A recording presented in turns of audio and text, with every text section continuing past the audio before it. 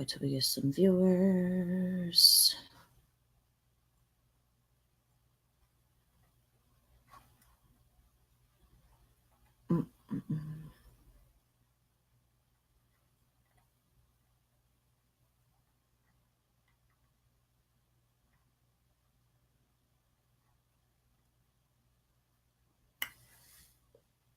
I'm just waiting to what up?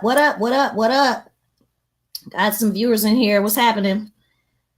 What's up, Trisha? What's going on? What up? Welcome to Open Minds.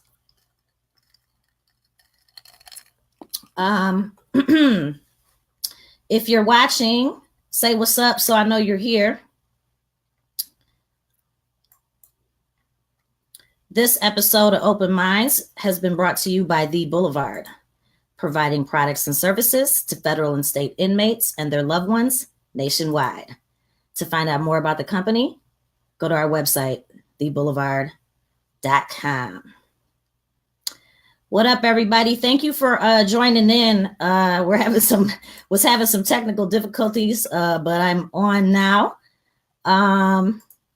Antonio Scott, what up? Thanks for joining us. What's happening? I'm going to bring my guests in. Coming to the screen, we got Terrell. What's up, homie? Hey, everybody.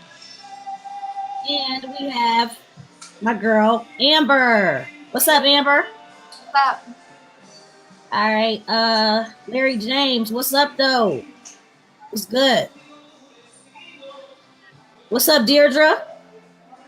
Thanks for joining us. What's up, Zuzu? What's good? Zuzu being like clockwork. Yeah, that's my sister, man. That is my sister. So, what up, everybody? Welcome to Open Minds. If you're fucking with the broadcast, share it, like it, love it.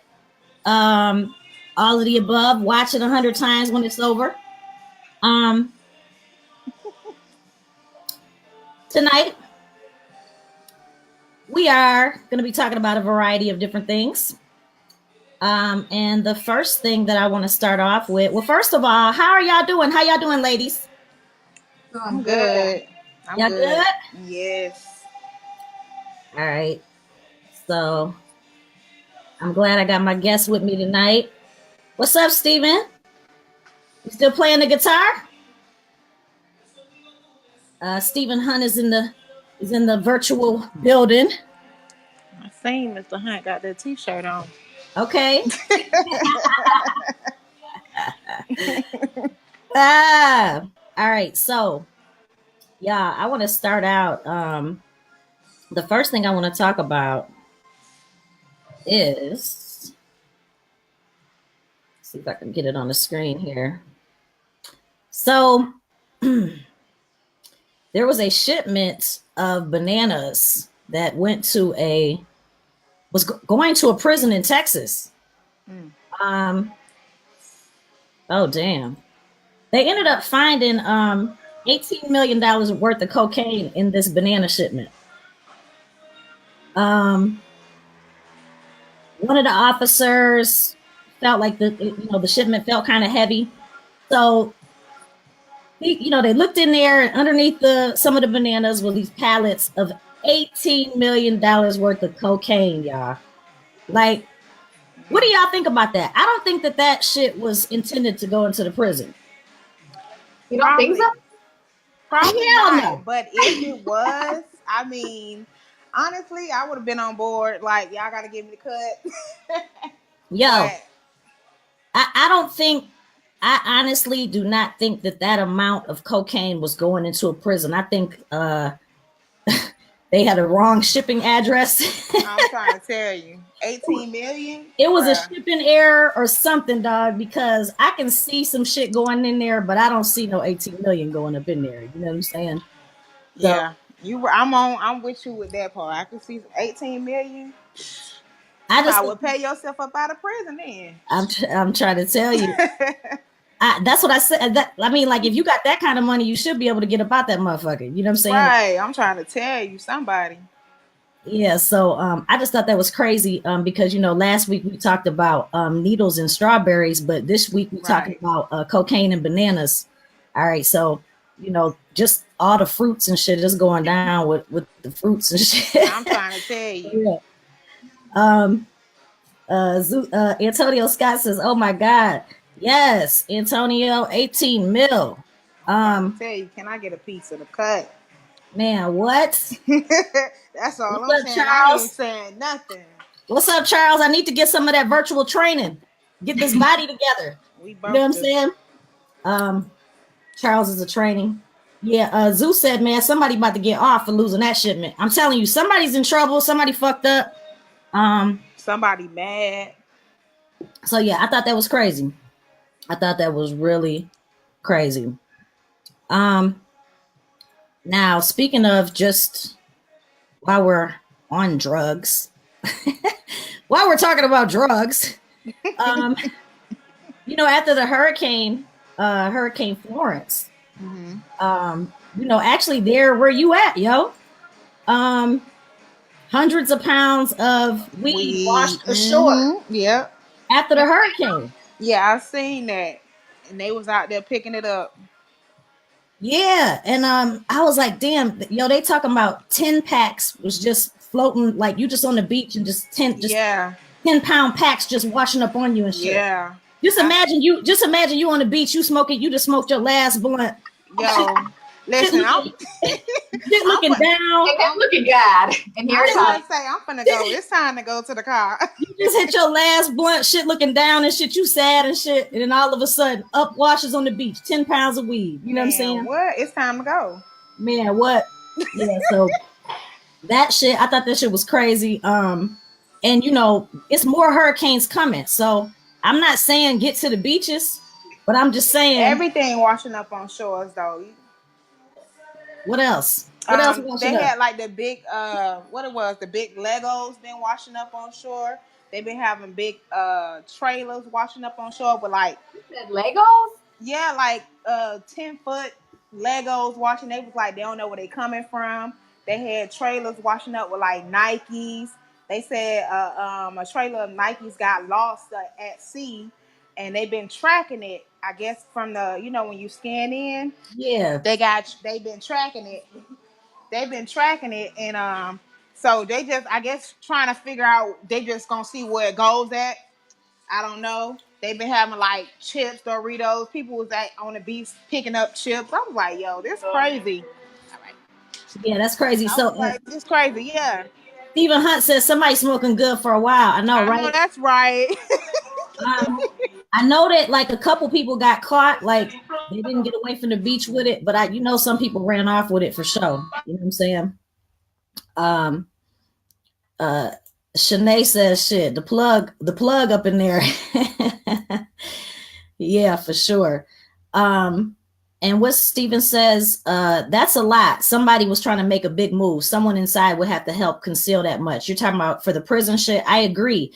And sometimes when you have those busts like that, that's just the setup for the okie doke. So they say they found 18 million worth, but probably 100 million worth probably came through. You know what I'm saying? That was probably just the decoy, Oh yeah. Like for real. So, that's this week in crazy drug news. I don't know what happened to Terrell. She just popped off somehow. Okay, so this next story, see if I can pull this shit up here. So I thought this was so fucking disgusting. I thought this was like one of the most disgusting things that I could have seen. Let me see if this is it.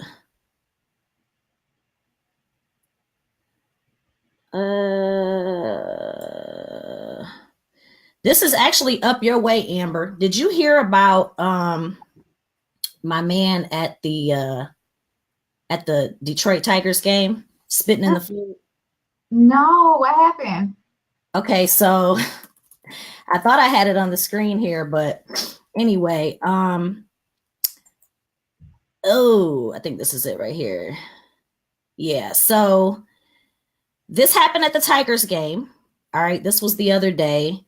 And let me see, I'm trying to see if I can pick a good video of it.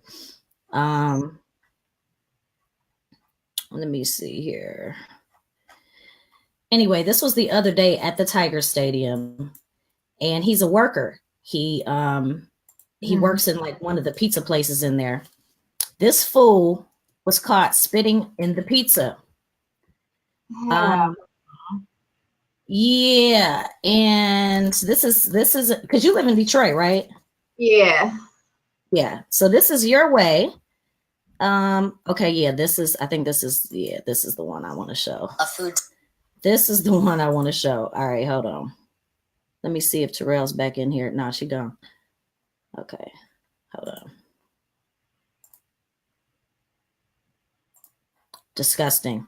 This is so nasty. I have like a very low tolerance for like my stomach gets weak at this kind of thing.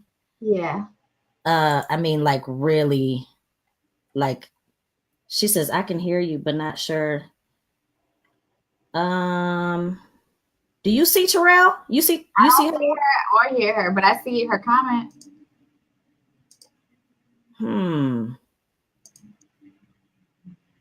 I know she was froze up for a minute, so I don't know if her service got bad or what. Yeah, because I don't even see her. You might have to try to link back in, Terrell. You may have to like try to refresh and link back in. Oh, she coming back? Oh yeah, there she goes.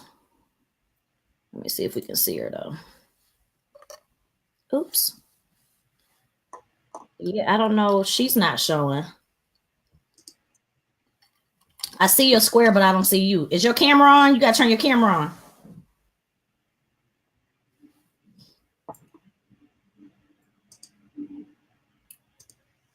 Okay, I'm not sure. She might have to come back in. See how this is gonna show here. All right, I'm just gonna play this nasty ass shit. Shit is so fucking disgusting. Service employee at the Detroit Tigers baseball stadium has been arrested after he was allegedly caught on video spitting on a customer's pizza. The disturbing video that shows a man shooting a massive string of saliva at the pizza before mixing it in with the sauce went viral on social media over the weekend. The suspect was said to be scheduled for an arraignment on unspecified charges on Monday morning. The person who originally posted the video to Instagram, Quinn May, claimed the worker was mad and having a bad day when he spat on the pizza, but also said he had done it in the past. In the video caption, May described how he reported the video to management but was shut down and sent home. Every time I tried to talk, they told me to shut up, he said. May claimed he was threatened with prosecution if he didn't take the video down. Officials later confirmed the employee is no longer employed by Comerica Park following the incident on Friday. As soon as we became aware through social media of potential food tampering Friday night. Okay, so that shit is just fucking disgusting. Wait a minute. So he did this shit because he was having a bad day, not even because he was pissed off at a particular person. He just randomly did the shit. He probably, you know what, that having a bad day shit probably was some bullshit. He probably does that shit all the time. You know what I'm saying? So somebody took a video of him and just posted it on.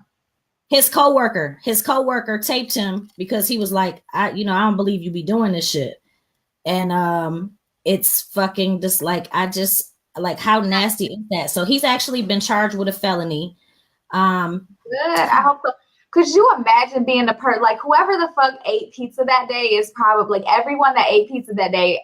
If it was me right now, I would be so sick. I'd be so mad. And then just not even that day, because shit, who knows how long this fool been working there. Oh my God. Who says he needs his ass beat? Yes, he does, yo. Like seriously, he needs his ass beat. Yeah, who is this guy? Like, what's his name? He's in Detroit. Look, I'm like Detroit. He caught a case. Didn't he catch a felony? Yes, he did. He caught a felony. The felony is punishable up to 4 years. And it's just disgusting, you know, and it really makes you think. Like I had a homie who was like, yo, I ain't never eat nothing in Detroit. And I'm like, yo, that shit isn't just Detroit. Like that's anywhere somebody's on some fuck shit. Like that shit does not have to be just in a certain place. Like, you know, and it just makes you wonder like how many people are doing that shit to the food. Like we just go and we buy shit from places and we don't know if a motherfucker is back there spitting in our shit.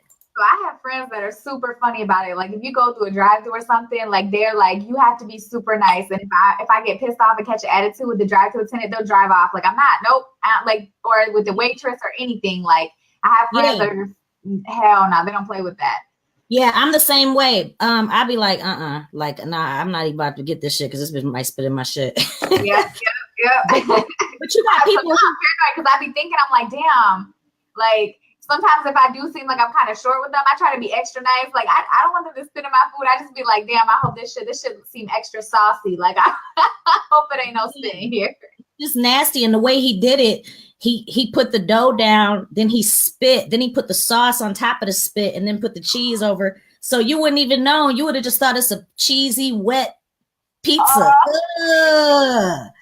Disgusting.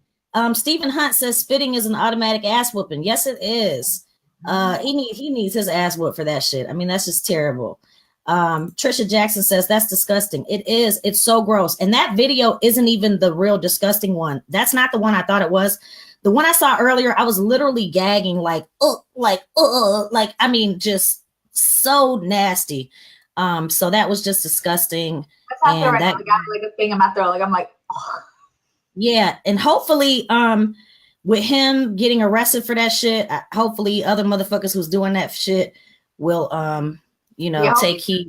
People for a felony though, because I'm sure he never in a million years thought he would get a felony for that shit.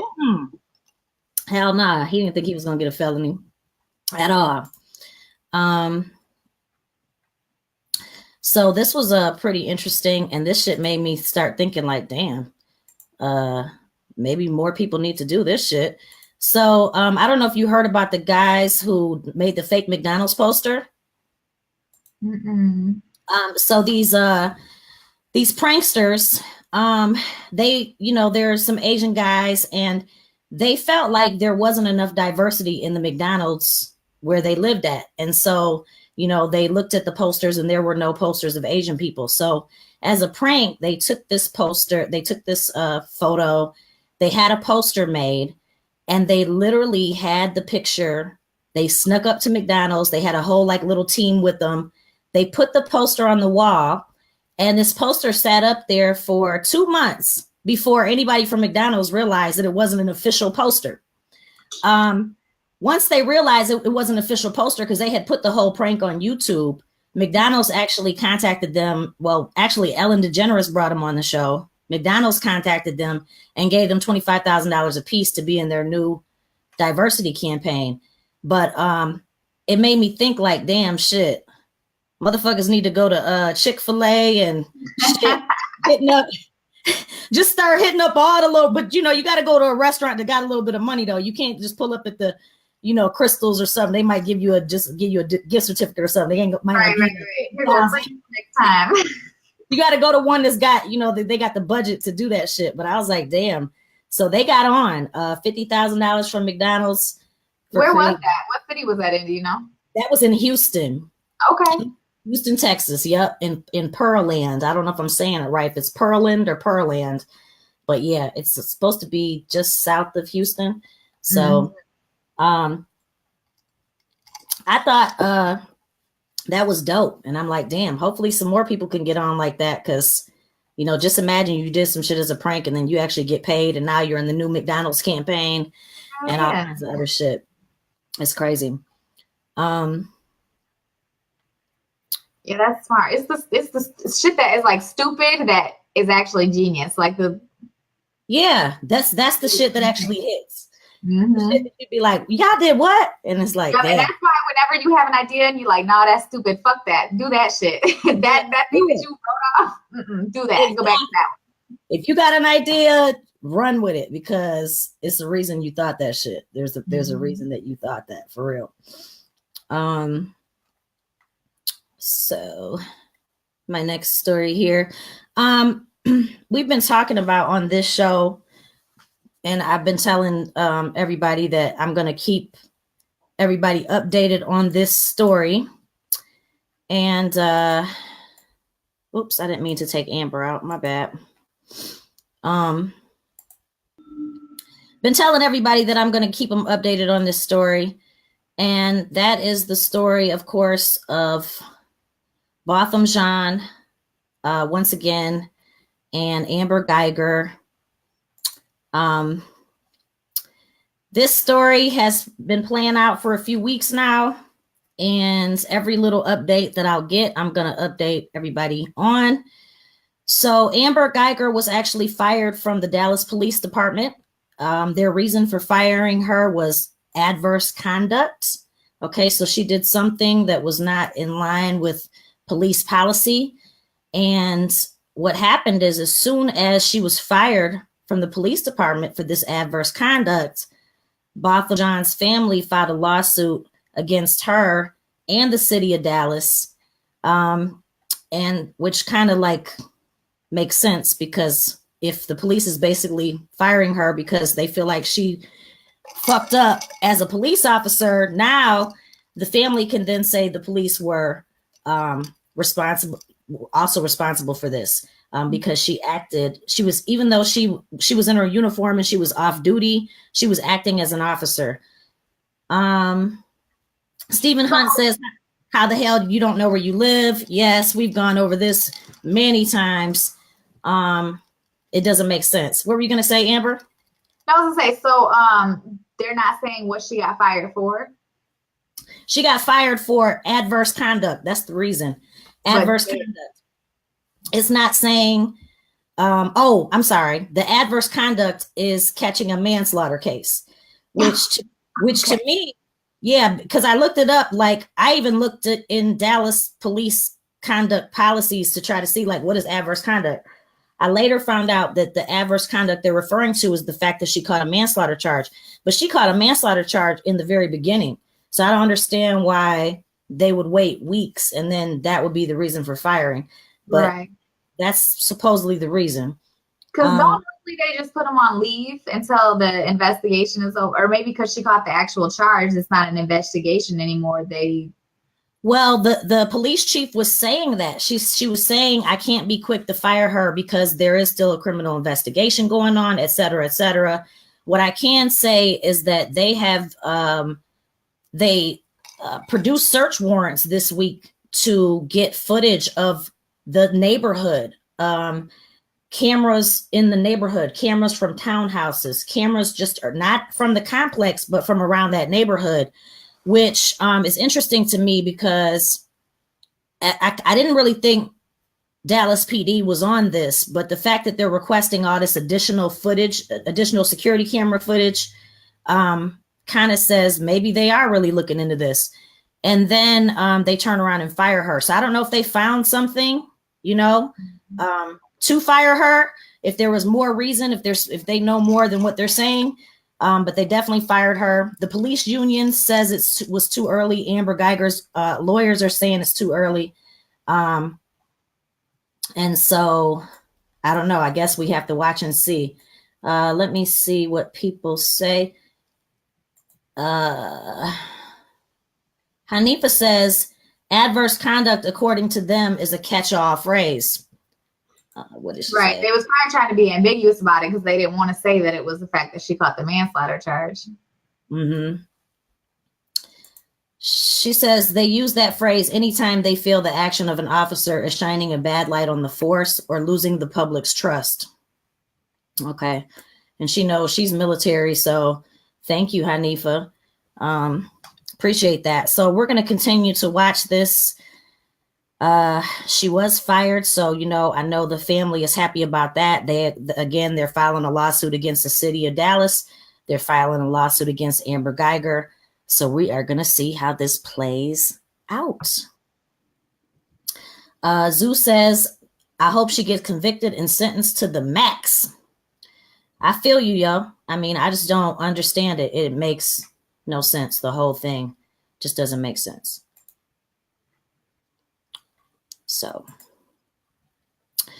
all right. So, on to the big story of the week that everyone's been talking about, and that is Mr. Cosby himself. You guys know that Bill Cosby was sentenced to 3 to 10 years in prison yesterday. I want to know everybody's thoughts on this. So it's crazy. Like, I feel bad, but because it's Bill Cosby, but at the same time, I'm like, okay, well, he's 81 years old, so he's lived a life. So unfortunately, like 3 to 10 years, that sucks, but he's already lived 81 years of a damn good life. So I'm kind of like, but at the same time, I don't know. I feel like it's bullshit, because I feel like, you know, if the allegations are true or whatever, they happened so long ago. And I feel like, I don't know. I still have mixed feelings. Yeah. Well, the rape that he's actually, the thing that he just got convicted of, this assault supposedly took place in 2004. So 14 years ago, which is why they were able to charge him, because he was still in the statute of limitations. I looked it up today, and the statute is 11 to 20 years for Pennsylvania. So he would have probably been able to beat it. And what happened, I don't know if a lot of people know this, but this same woman who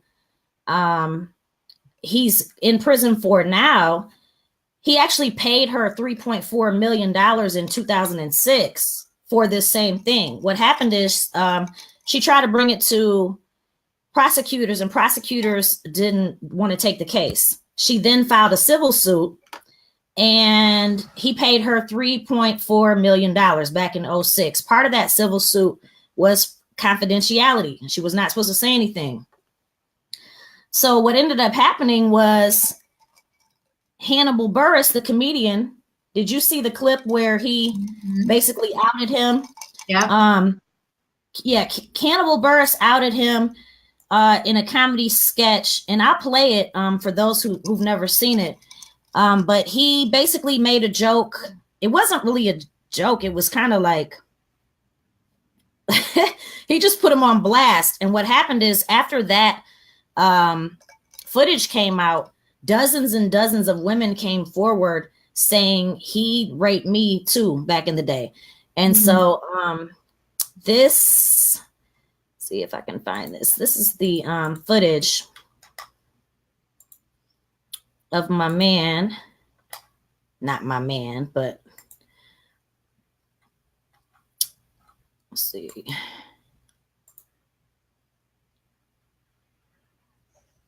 All right, so this is the Hannibal Buress video that basically started the whole thing and brought back everything and opened up the can of worms again, that put Bill Cosby on Front Street for what he's been doing all these years. 13, and it's even worse because Bill Cosby has the fucking smuggest old black man public persona that I hate.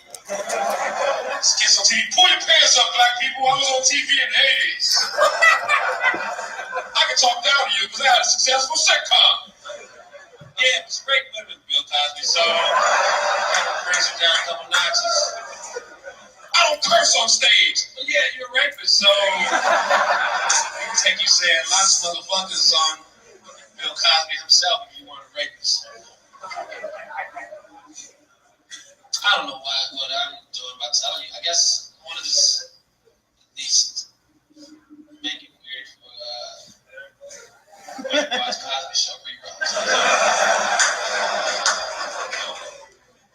Dude's image, for the most part, it's fucking public Teflon image.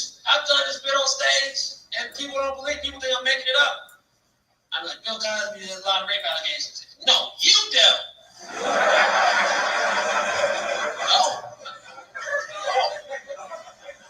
They call me Captain Kick 'em Out. No.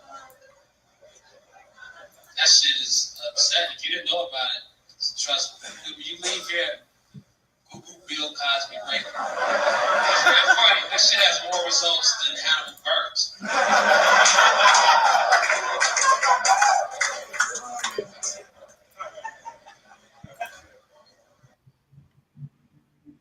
Yeah, that's crazy. He definitely out of them. Yeah. So with that, when that went down, basically all these women came forward and they then reopened the case. That was when they were able to reopen the case. The case was supposed to be sealed, and prosecutors at that time decided to charge him. Zuleika says, my only thoughts are that everyone who has been charged with the same crime gets sentenced accordingly. And you're talking about, I've been seeing that on social media. Everyone's like, well, what about Harvey Weinstein? What about, all these different people who, Brett Kavanaugh. And now I want to ask people, what do you guys think about people coming out with stuff 20, 30, 40 years later? When someone says, yeah, back in high school, we were at a party and he tried, like. Well, here's my thing. Go ahead. I was gonna say, like, I feel like it's okay, so the stories that I've heard, and I didn't read like up to date on this last case, but the stories that I was reading before, basically what it seemed like to me is that the situations they were in, Bill Cosby was the man, the females were trying to get on, and they probably hung out, whatever, and they did stuff that they probably were uncomfortable with, or maybe they didn't necessarily want to do, but they did the shit. Now the drug thing, that's a whole nother thing. But like, I don't know, like I question some of the shit. And I also question, not to say that he didn't do it. I definitely think there was some fuckery, but I'm not sure of like the level of it. So, but I think to come out 15, 20 years later and say, oh my God, this stuff happened. Woo, woo, I just feel like at this point, if it happened, like that's your story, cool. But to have a man get charged at this, I don't know. I feel some type of way, and I don't know. I have mixed feelings about that too. I just don't feel like, and there are some people who are going to be like, no, there is no time limit. I just feel like coming at somebody 30, 40 years later and saying, back in such and such, they did something to me.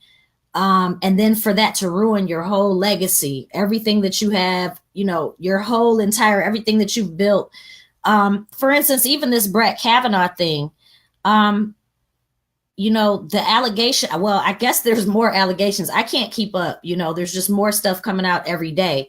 But with the situation with him, they're going back to high school where he was 17 and the girl was 15. And, don't get me wrong. I know dude is going for Supreme Court and whatever. And you're supposed to have this squeaky clean record. It's like, yo, y'all going back to.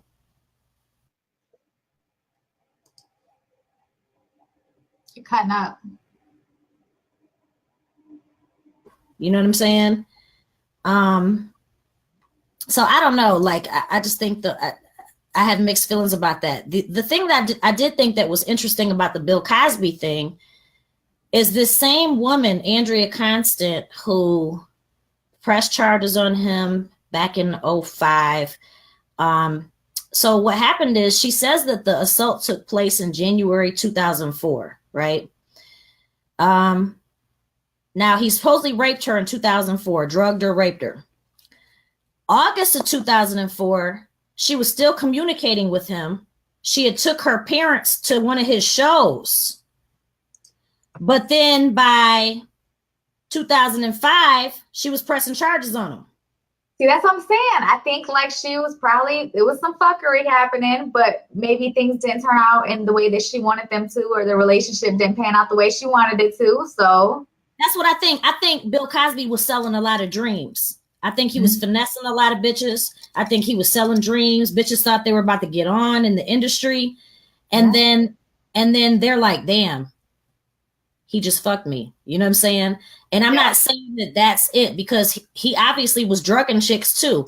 I mean, I want to show the picture of this is supposedly, and this is a very, This picture is crazy. But this picture is supposedly all the women who like accused him? Yeah, who accused Bill Cosby. And that's a very powerful picture. That's a lot of women. Supposedly over 60 women accused him, but only one was able to stick because that one was in the statute of limitations. All the other ones were too old. Again, I think he was finessing chicks. At the same time, he was drugging chicks. You know, I saw some footage of him talking about Spanish Fly and how he used to, you know, everybody had to get their hands on it back in the day. So, now Trisha Jackson says, my thoughts on this is, why did these women wait so long to tell what happened? As a victim myself, I told immediately and followed through with everything that comes after. You know, I question the same thing. I just don't get the waiting so many years.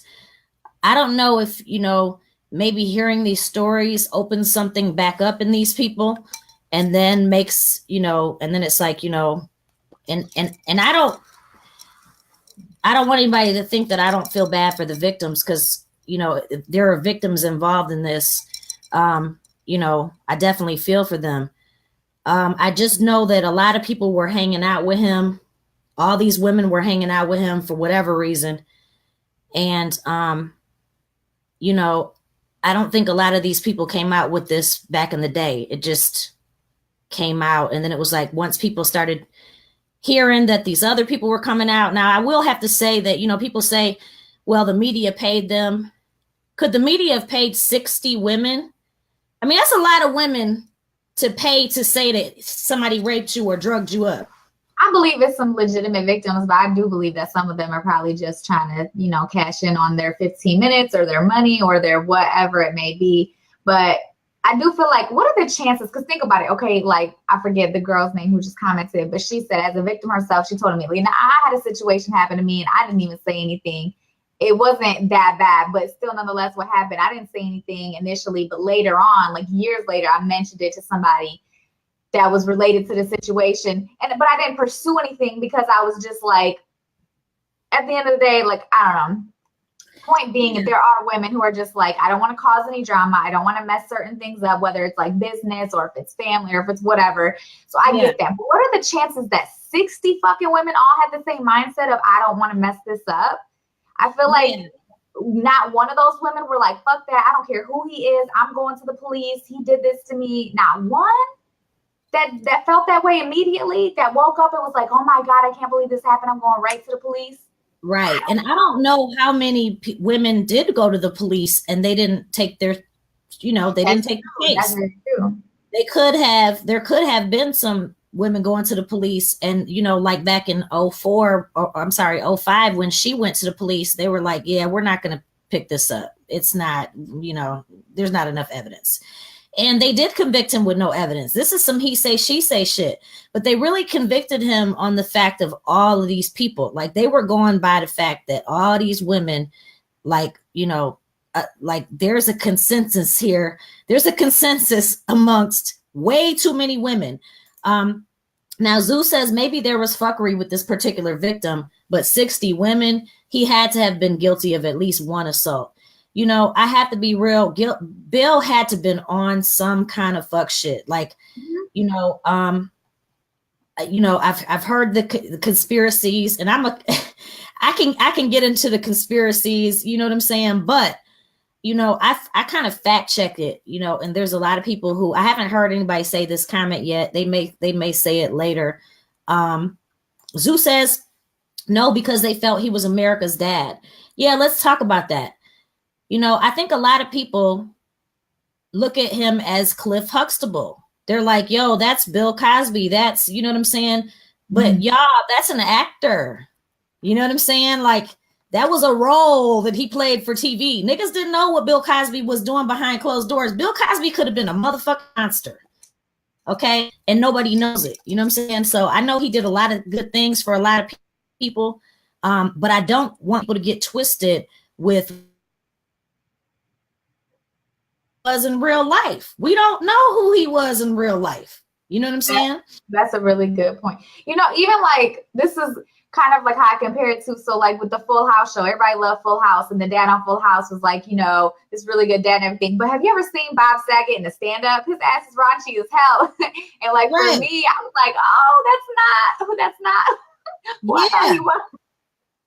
Yeah, you know, it's like, oh, you know, and it's a trip because Bill Cosby, let me see. Oh yeah, I want to pull this up too, and this is kind of ironic.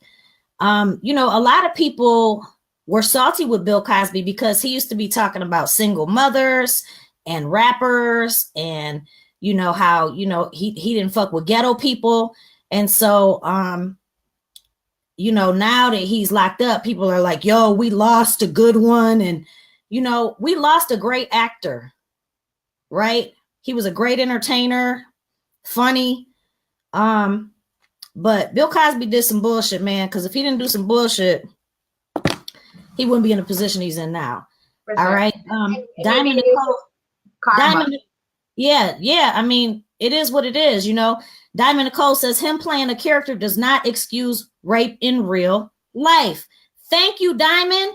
It does not excuse the real life shit. Just because that nigga was Dr. Huxtable and they showed he was America's hero and all that shit. No, that does not mean that y'all can let him get away with this shit. Now, I'm surprised nobody hit me with the NBC shit. Who want to talk about the NBC shit? Because I'm surprised ain't nobody say, yo, he was trying to buy NBC and ever since he tried to buy NBC, you know what I'm saying?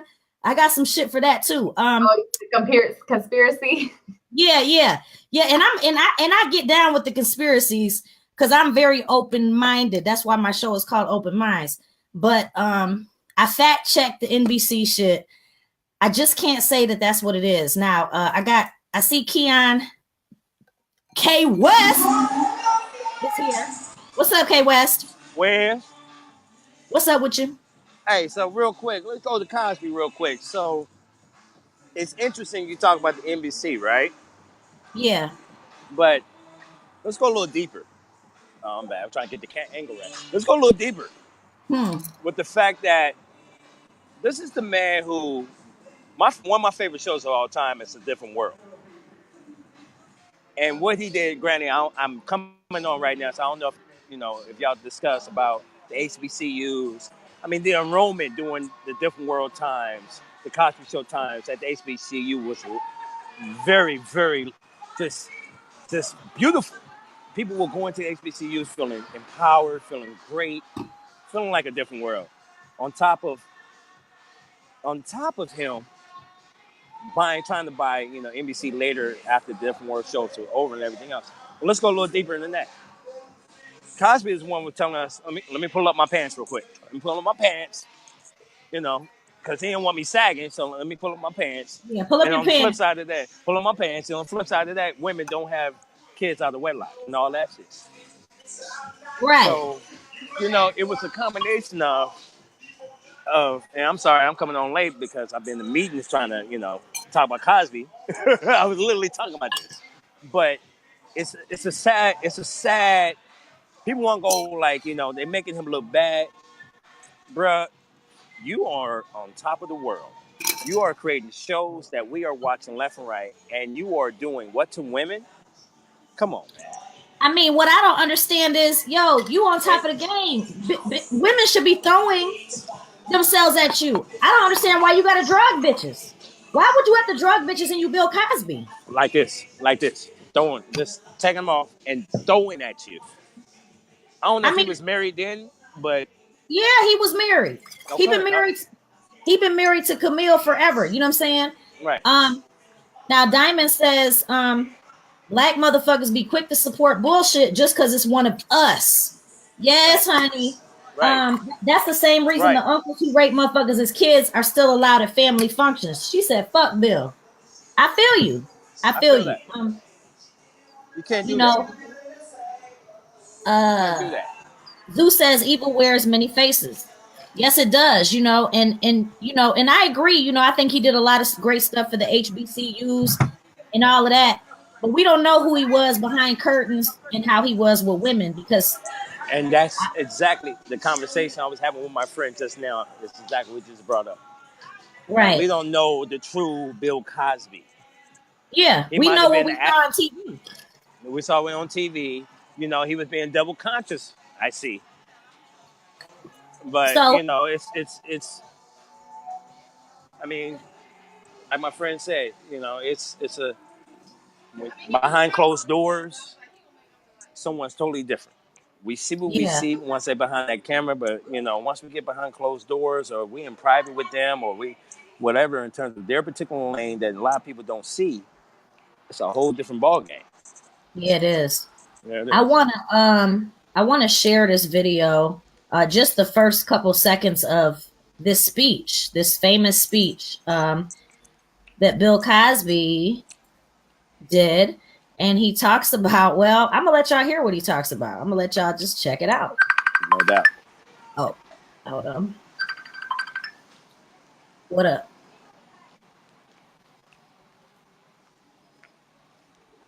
Hey, hello?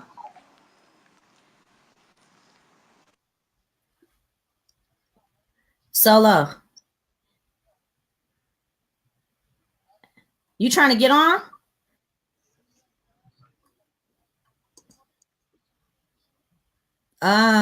You got to click connect to camera. Yeah. Did you download? Did y'all have to download the app? But I'm doing it on the computer, so I don't know if that matters. Okay. You shouldn't have to download the app though. But okay. Well, you just got to connect in and click connect to camera.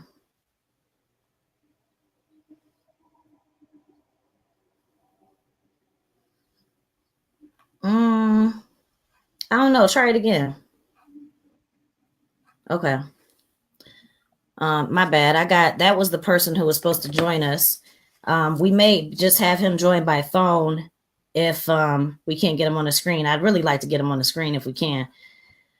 But this is a speech that he did that I want y'all to check out.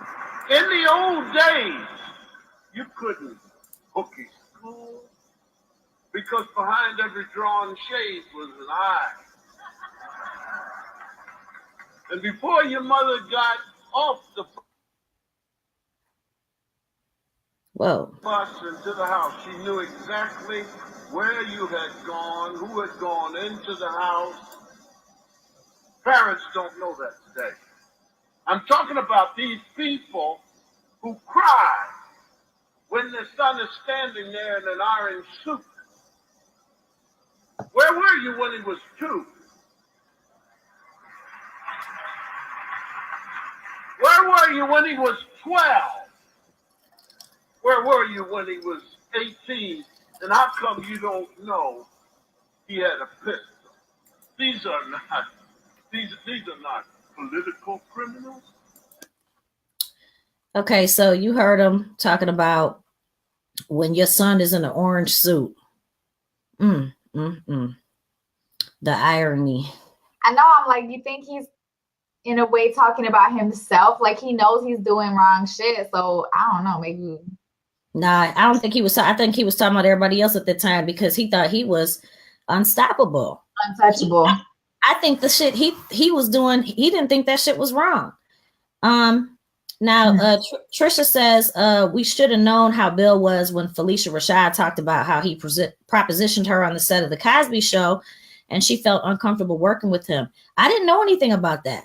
I didn't know anything about that. Did you know anything about that, Amber? I feel like I read something about that. Yeah, but it was a while ago. I think it was before this last case when all the other cases were coming out, and I read something about that. Yeah, I don't know. I kind of want to look that up now. Yeah. Now, Diamond says rape isn't committed because of lack of pussy. It's often a power control thing. Easy pussy doesn't satisfy that urge. Yeah, and that's real. It's a power thing. So even though he probably could have messed with whoever he wanted to mess with, it was a power thing. And it's sad. And Zeus says, where was his wife when he was raping women? I'm not sure. A lot in the house, like the house where they lived at. So I'm not sure where she was at when all this was taking place. But the one that he's in prison, the one he's in prison for now, that was at their crib. Stephen Hunt said he was a cultural icon. Yeah, well, that's why I think people are so hard to believe. Yeah, there's a lot of people who don't want to accept it, but I think Bill was a dirty old man. You know what I'm saying? Like, and but I've been thinking about Camille. Like, how do you think the wife feels? Like, I mean, I don't know. And do you really think she didn't know, or she had to know? If your husband's like that much of a piece of shit, like, you gotta have some type of inclination, I would think, unless he was just a great husband and a shitty person. Yeah, I mean, I'm thinking that she had to have known something, but she said she made a statement saying that the man that they've been talking about in the media was not the man that she knew, et cetera, et cetera. But, Zeus says, man, she knew it was going on and chose to ignore it. I just don't know how you don't know anything, It's messed up though. So he got the 3 to 10. I mean, he's probably going to do, I think they said he's got to do 75% of that. So, I mean, he's probably just going to do a couple years and then, he's out. Now, here's a picture, of course, of the Cosby family, not the real one, not the real Cosby family. I don't know if y'all knew, but the Cosby Show was actually based on his own family. I just found that out. I didn't know that, but it was actually based on his own family. And, I pull up these pictures of, all of the actors and actresses on the show. And it's crazy because that this whole shit stopped everybody's bag. Like, everybody on the show, nobody is getting those residual checks anymore. It's over. It's done. And so everybody is suffering. So do y'all think it's fair that, since they took the Cosby Show down due to the allegations and now the actual charges and the conviction of Bill Cosby, do you think it's fair that everybody's bag got stopped on the show? What do you think, Amber? Well, no, that's not fair. That's not fair at all. I mean, I understand that they want it, but see, I feel like personally, they shouldn't, because I feel like personally they shouldn't have took the Cosby Show down. If he did something in his personal life that was a shitty thing, he deals with it in his personal life. But as far as his work, he already did that work and he did a damn good job. Whether he's a shitty person or not, he did his work. He did a damn good job. Everybody loved him. Everybody's getting paid off of it. They shouldn't have took the show down. That's how I feel. Yeah, so they took the show down and cut everybody's checks. So, when you're sitting back and you're Rudy and you're Theo and, you get those checks help. You know what I'm saying? And that's why my man, they showed my man in Trader Joe's working, all that stuff came out. And I wanted to talk about that real quick. So, and we can get back to Cosby for a second. But, so you remember, y'all, the picture of Jeffrey Owens came out. He was at Trader Joe's working. And, Tyler Perry came out, said he would give him a job. And, his whole reason, he said that, he wasn't getting the Cosby checks anymore. And so he had to try to figure out, how to make income in between acting gigs. Okay. So Nicki Minaj had announced that she was looking for Jeffrey Owens. She wanted to send him $25,000. Jeffrey was like, shit, nobody from Nicki Minaj's camp has reached out to me. Like, ain't nobody send me no damn $25,000. Well, she ended up sending him the $25,000 like a boss. Okay, she did send it. But then he turned around and gave the $25,000 to charity. A lot of people are calling him a remarkable man. What do you guys think about that? What do you think about that, Amber, as far as him? I don't know if y'all can see me because my screen just went black, but I can still see. Okay. What do you think about him, you know, her donating the money and then he turned around and gave it to charity? Well, I think because didn't he get other offers, like acting offers and job offers and stuff? So maybe he really didn't need it like that, and he already had other opportunities. Mm-hmm. So I mean, I think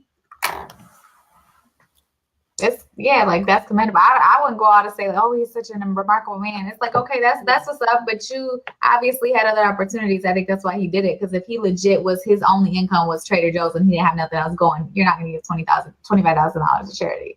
Right. Or maybe he didn't want Nikki to later on be like, nigga, I put you on. You know what I'm saying? I gave you when you, you know. But is $25,000 putting somebody on though? When you broke it is shit. Hell yeah. Shit. When you ain't got no money and you working at Trader Joe's trying to get it, hell yeah, 25,000 helps. Yeah. And now Zoo says production and all, not just the actors. That's true. You know, everybody who was getting checks off of that, of course, lost out.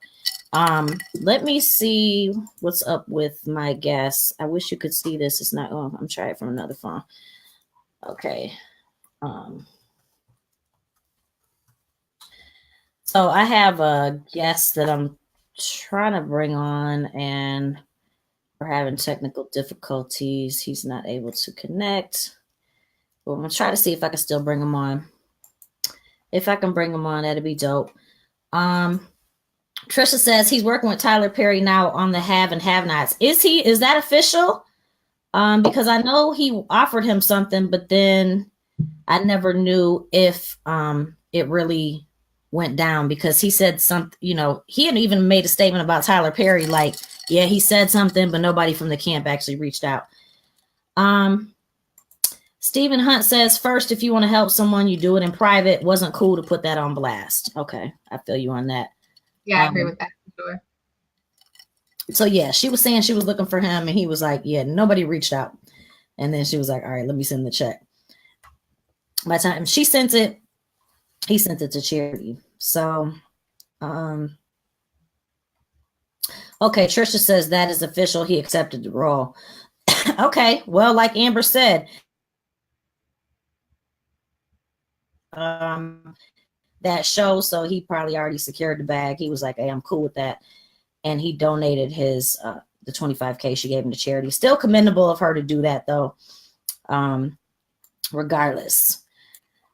So, and you know, people talked about how this chick looked. Here's a picture of, this is the chick that Bill Cosby is in prison for right now. But I gotta give her, let's give her some credit. Okay. She looked like that when they were kicking it. Okay. So, you know, back when they had their little thing, she didn't look like that. She looked like that. Okay. She looked like the picture on the bottom. So she did, you know, she looks a little different than she used to back in the day. But, you know, it is what it is. All right. So let me see what the comments are saying here. Oops.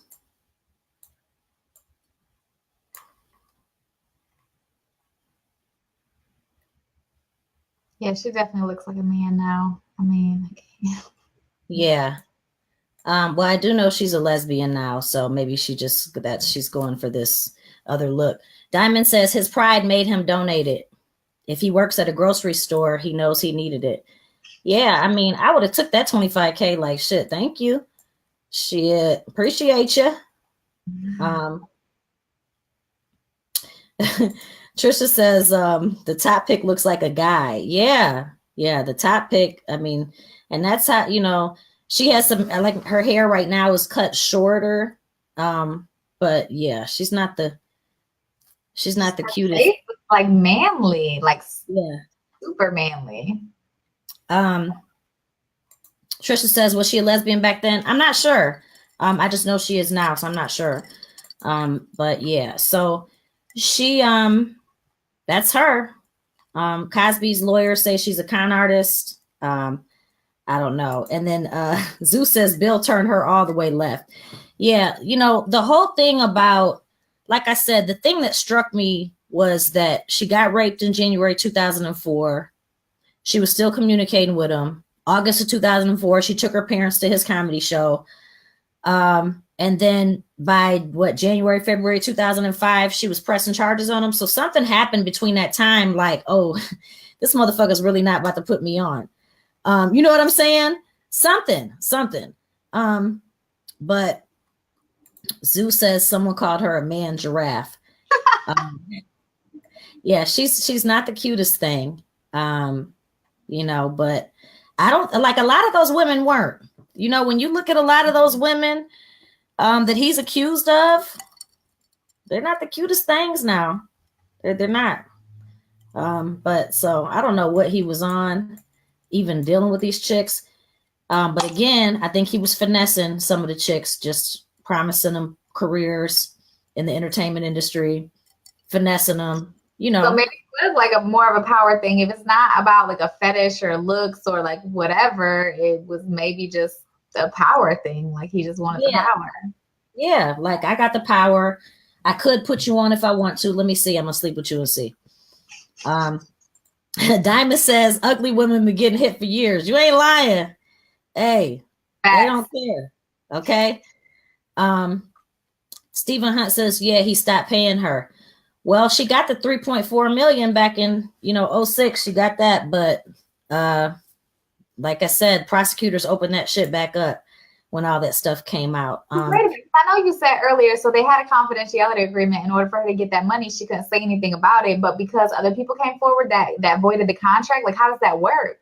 Yeah, well, it was actually the prosecution who opened it back up. So it wasn't her opening it back up. It was actually the prosecution who, once these women came forward, said, you know what, we can still, in the statute of limitations, we can actually still open this up and charge him before we aren't able to. So then from like a civil perspective, she doesn't owe that money back to him? No. And I would like, because I think maybe because she wasn't the one who brought it up. Like she didn't, she didn't fuck up the confidentiality agreement. The records became unsealed, which is crazy because I'm thinking if something was sealed, how does it become unsealed? Right. But apparently it did. Okay. Hold on. Click. Okay. Let me. Did you connect to camera? It's coming on. Okay. So that's that. And I'm trying to see if this guest is coming on. My surprise guest. He's trying to connect. I think he's putting in an effort to connect here. Okay, let me see. I don't see you yet, Holmes.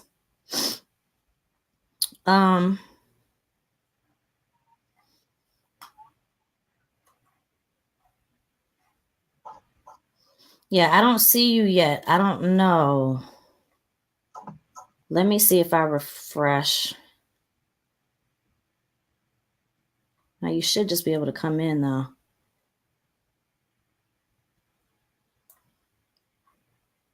Let me just see.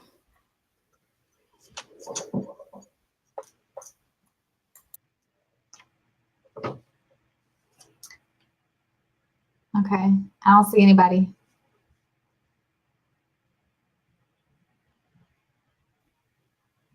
Okay, I'm back with you, Am. Okay. I was like, what happened? At least I can see myself now because I couldn't see myself like it for a second. And I was like, yo, it just looked like black screen on my end. I don't know. He's trying to connect. I just tried to refresh to see if he could connect. And if he could, that would be great because I'm getting ready to get into this story. This would be perfect if you can. Huh? Is he on a phone? Nah, he's trying to connect to the screen and says he's in here, but I don't know. I don't see him. So let me see. He says he sees himself. Let's see. Hold on, let me see. I don't see you, Doc. I don't see you.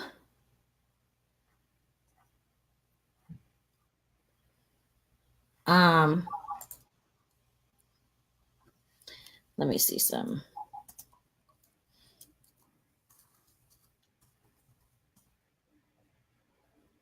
Okay. I'm going to see if we can get him in here. We're having technical difficulties, but we're going to see.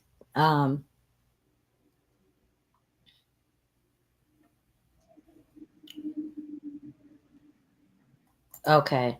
Zeus says not pursuing it in the first place was more foul, as far as the Bill Cosby thing. Yeah, I mean, she waited maybe like a year after it happened.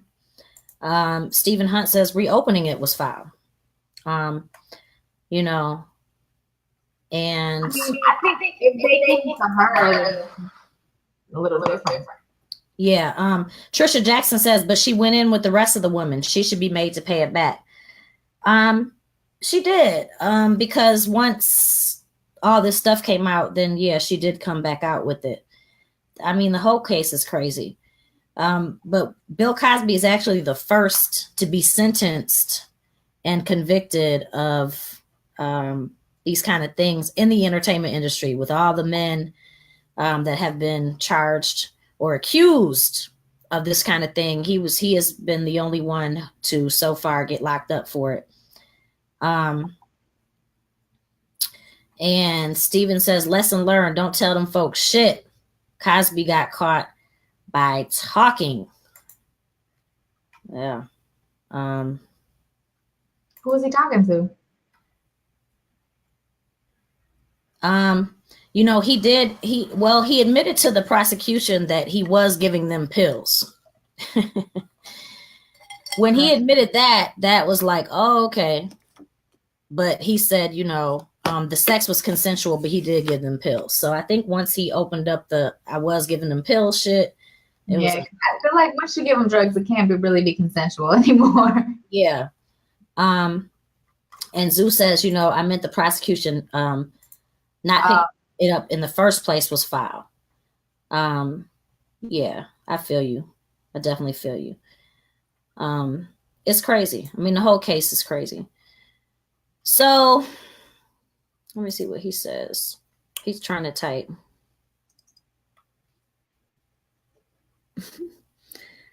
I don't know what this is. That's so weird.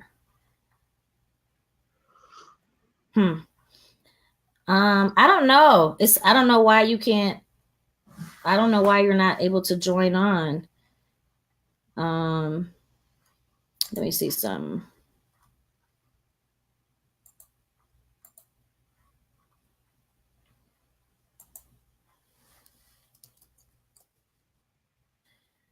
You may just have to have him call in.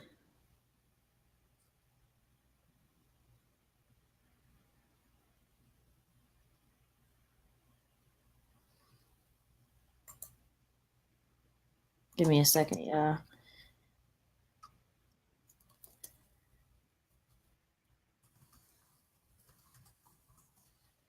All right, we're still trying to bring him in here. And right now, the story that we're going to talk about, where I'm trying to see if I can bring him in, is this story about Suge Knight. So Suge Knight pled no contest to manslaughter. He's facing 28 years in prison. Suge. What do y'all think about Suge getting 28 years for running? He actually ran two guys over. I don't know if you guys, have y'all seen the video? I know you guys probably see it. Have you seen the video where he ran the people over? Amber, you never seen it? No. But Okay. you know, this is one of them things too. I think this is definitely karma for him. Like, I mean, finally, your ass been doing dirty shit for so long. Yeah, I mean, so long.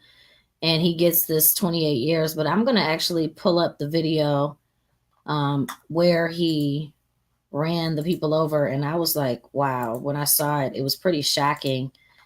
And he got manslaughter for this. He could have got murder. He could have got life. He was facing life in prison. He did a plea deal. The prosecutor is going to be asking for the full 28 years. So with Suge being 53, he's going to be Cosby's age by the time he gets out. He's going to be 81. So you got Cosby going in at 81, and then you got Suge Knight about to go in, or he's already in, and he's probably not going to get out until he's 81. But this is the footage right here where Suge ran the two people over, and he killed one of them.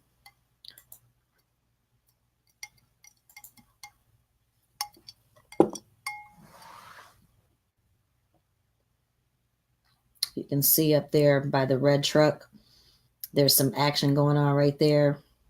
That's Suge pulling up in the truck. Suge pulled up in the truck. Some people walk up to the truck. It looks like there's some kind of scuffling. Suge backs up.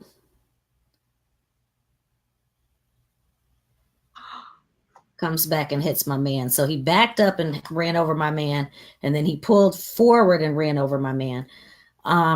I'm going to see if I can show y'all just a better, let me see if I can show y'all a better thing of that. I'm going to play it one more time.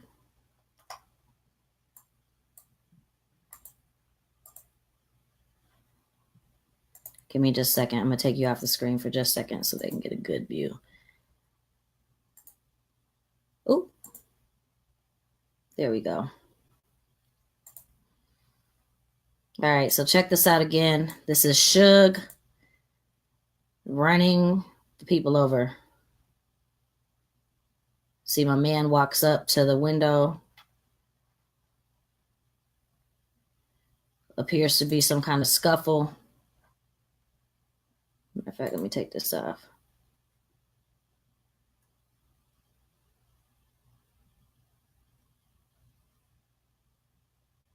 So he runs that guy over and then comes back and runs. Woo! Woo! Wee! That's some savage footage right there. That footage right there is super savage. One of them survived that? Yeah, one of them actually survived, and one died. So, okay. All right, so I'm going to call. I'm just going to do the call in so I can call him. And let me see something real quick. If I can just grab one of these.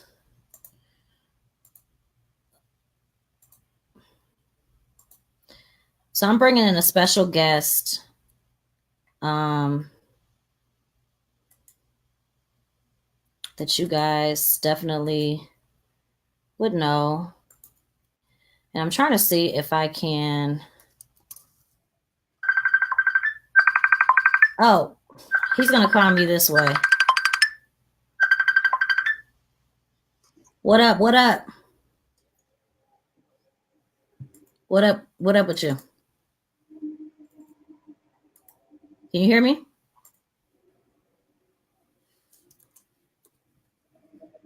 Hello? Okay. All right, I'm about to bring you on. Okay, so hold on, let me put you on speaker.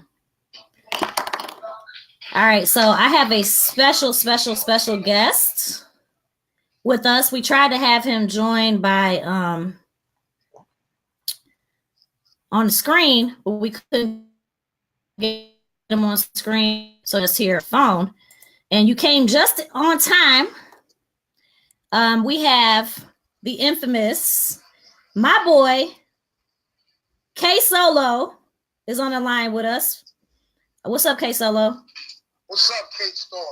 What's up with you, man? It's all good.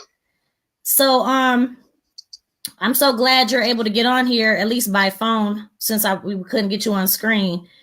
But, you know, we were just talking about the whole Suge Knight thing. You know, Suge getting the 28 years. I just wanted to know your thoughts on that. Like, What do you think about Suge getting this 28 years? I mean, for as active as Suge was through the years, I mean, you know, I don't wish that on anybody, but like I said, man, you know, it's a reality, man. You know, we have a society we live in that we gotta, you know, we're governed.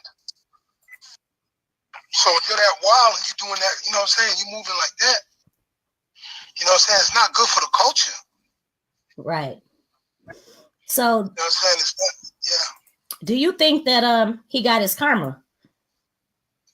I mean, because that's what a lot of people say. I believe, yeah, no question about that. It's like, you know, when you meet somebody like Andre Young and he's got a dream and he's pushing it off and then you take the whole label from him, I don't agree. I think that was very evil, and you know, it is what it is. You know, you know, a tree bears fruit, and you know, he started out doing good, and then you know, money corrupted him, and then he just you know, it just went crazy. It just, you know, it came from the seams, you know. Yeah. Now I know that. You know, I was out there at Death Row. I was out there at Death Row in '93 when I signed at Death Row before Tupac, and I remember not knowing about a Suge Knight at that time, and I was just working with Dr. Dre, and I remember getting out there, and then I see the situation that they were in, and I was like, okay, this is what it is. So I had to go in there, you know, correct, so I can get up out of it, because I knew it was a hostile situation. Here's the thing. When you got street people like him that are unexperienced, and he's a bully, so with you're unexperienced and like, you know, like a Dr. Dre is a sonically correct producer. He can hear, close his eyes, blindfold, and go and do it again and again because he knows how it's supposed to feel. Right. So when he took his record label and you thought you know, I remember when he was sitting in the car with Damu and he was, you know, his chest was out. He was like, yeah, you know, it's a good situation for me because, you know, this record label's worth a lot of money, and then it wasn't really worth anything when Dre, who created it, wasn't there to tame it and maintain it. And I knew that was going to be a downfall in his rise because I know he didn't notice that. And that's very dangerous when you don't notice creators and you know, street people. Here's the thing: this industry is full of street people, artists, gangsters, pimps, hoes. You got all kind of stuff. Which, you know, say I was a different dude than that. Right. I didn't go in there pressing the line, and you know, we did Snoop's album. It was Black Exploitation. It was beautiful. It was Sam Snead. It was Dr. Dre. It was DOC. It was K Solo. And when we put Snoop together, that shit flew. You know what I'm saying? Right. I mean, it flew in a way where we were all proud to be a part of it. Right. Now, you got to remember, I'm coming from a hit squad standpoint, and after the East Coast and the hit squad was over, I had to make a move. And then I didn't know about a Suge Knight. He wasn't really on the scene like that. It was all new to him. And then, you know, and then you go to the label and there he is. You're like, whoa, you have to play a different game. I'm just saying, you have to play a different game because you got to remember, you got guys in there that ain't got nothing to do with hip hop. And when you look at black culture as a whole, it doesn't have a lot of opportunities, you know what I'm saying? It doesn't present itself. And the music it did with Dr. Dre, so here's the thing though. Dr. Dre being the black producer didn't get the money, and in the first they was going to pass on Snoop. And they didn't think Dr. Dre could do anything without NWA. So when Dr. Dre proved that he can do that and build Snoop, and then you got to remember, this is the first time Dr. Dre used black exploitation at that level. Right. And that's where we came in with the black exploitation because we grew up in that era. You know, that Curtis Mayfield, Isaac Hayes, you know, Norman Whitfield. We grew up in that era, that kind of music. So, you know, when you see Snoop with the afro and you see, you know, that black exploitation, that wasn't popping in California. Funk was popping in California when we were babies. More than black exploitation was popping in Harlem. Very, very big. So that's why when you see Biggie come off with Sawada Smalls, it was a character from a movie called Uptown Saturday Night that was produced by Bill Cosby and Sidney Poitier. But it was clean black exploitation that made you want to be black. So the combination of Dre using all of that, because remember, Snoop was a gang member and we were dealing with Bloods. And here's the bad thing about that. When the industry saw that it was gang related, then it went to the East Coast. It didn't go to the East Coast just because in the prisons it was a problem with the Latin Kings fighting the blacks. That also helped it. But mainly the kids saw success through a gangster rap label and thought, oh, maybe this is how you do it. So everybody your whole generations of young kids went to become Bloods and Crips because Death Row was so big. You wanted to be a part of anything that it was, the success of it. Right. But the downside of it is when you're black and you have black culture and you're using all of these elements to create magic, it goes to one's head to the point where you think you're invincible. You start believing your press clippings. And that's very dangerous. So with Suge, I don't have, personal gripe with him as far as me and him, you know what I'm saying? Because when I went to LA, I let him know we're both the same age. And, if it gets ugly because I don't know your friends, this is what's in place. At least I let him know I was ahead. I didn't go in there light. You know what I'm saying? Right. You got to remember, with the year when I went to Death Row, it was no East Coast rapper was going to go. They were scared. And everybody was saying, you're going to get shot. You're going to get killed. How was that? Being on the label, being the only East Coast rapper on Death Row at that time when Pac was on the label and everybody? How was that? I mean, was that intimidating? Well, it was before Pac got there. I was there in 93. Pac came, I think, in 94. So when he got out of jail and he came, I had finished my stuff and he had took over the studio and we shook hands. My thing was, I'm doing business with these guys, and I kept it 8 hours, and I punched in and I punched out. Right. I didn't do the extra shit. Right. Extra shit usually brings you what we have here, a mess. Yeah. So you just did what you had to do and got the fuck on, and then you ended up. Not only that, there was times when we had words, like when somebody would say something stupid and you had to put them in their place and let Suge know, like, yo, because, in other words, real recognize real. You know what I'm saying? Collard greens is born, it tastes the same. Like I used to tell Snoop, collard greens taste the same in Brooklyn as it do in LA. It's the same flavor. Right. So, you know what I'm saying? And I was very close with DRE, and Snoop. And the Dog Pound, I stayed in my comfort zone. And like I said, I didn't do no extra shit. I wasn't trying to make friends. Right. You know what I'm saying? I did what I had to do, and I had a chip on my shoulder too. So I just wanted to punch in, punch out. You know what I'm saying? I brought my live niggas with me. They had their live niggas, and everybody. It was cool. But there was a time when before Sam Snead got jumped, they started like pressing me and my niggas, but I wasn't around, and my niggas handled that shit. When I got back, the niggas was like, one of them niggas hollered at us. We told them niggas we from Brooklyn. You know what I'm saying? They had to show them niggas what it was, and then them niggas left that shit alone. But we never got into no confrontation with them niggas. I remember when Redman came there and he was doing that Tupac record. I remember, and it's my little brother, he was looking at me and he said, yo, these niggas kill niggas. And I seen the way he was rolling his blunt, he was a little more concerned than I was. And I told him, I know where the fuck we at, just roll the blunt. And we proceeded to do what we had to do because we was already committed. We was already over there. Right. So we couldn't, you know what I'm saying, show any kind of, we're from a hard place too, man. You know what I'm saying? We're black just like you. We got the same fucking problems you got. And like I told them, if anything did go down, the white folks ain't gonna give a fuck about nothing, but they're gonna shoot everybody. Because they're not gonna be loyal. They don't understand, just like I don't understand their gang shit. White folks don't understand black shit. Well, let me ask you, Solo. You was around the night that Pac got killed, right? Nah, I had left that week, and I told you, know what I'm saying, because Mike Tyson's my man. I was in the amateurs with Mike Tyson, man, and if you look at Bruce Selton in that fight, if everybody just takes the time out and goes back and look at that fight, Bruce Selton lost the fight before he even started fighting. You know what I'm saying? Like, he was scared. Like, he didn't want to even test Mike Tyson's ability. He didn't take the WBA title. I always tell Mike when they're together, you would have had to kill me. You'd have had to bring a shotgun in there that night to get me off you because that was for a WBA title. There's no way we're going to get to that level and not give everything we have to beat you. Nothing personal, but Bruce Selton it hurt my heart when I seen him. And if I seen him right now, I tell him the same shit. Like, you just fell. You didn't even get hit. You didn't want no problem.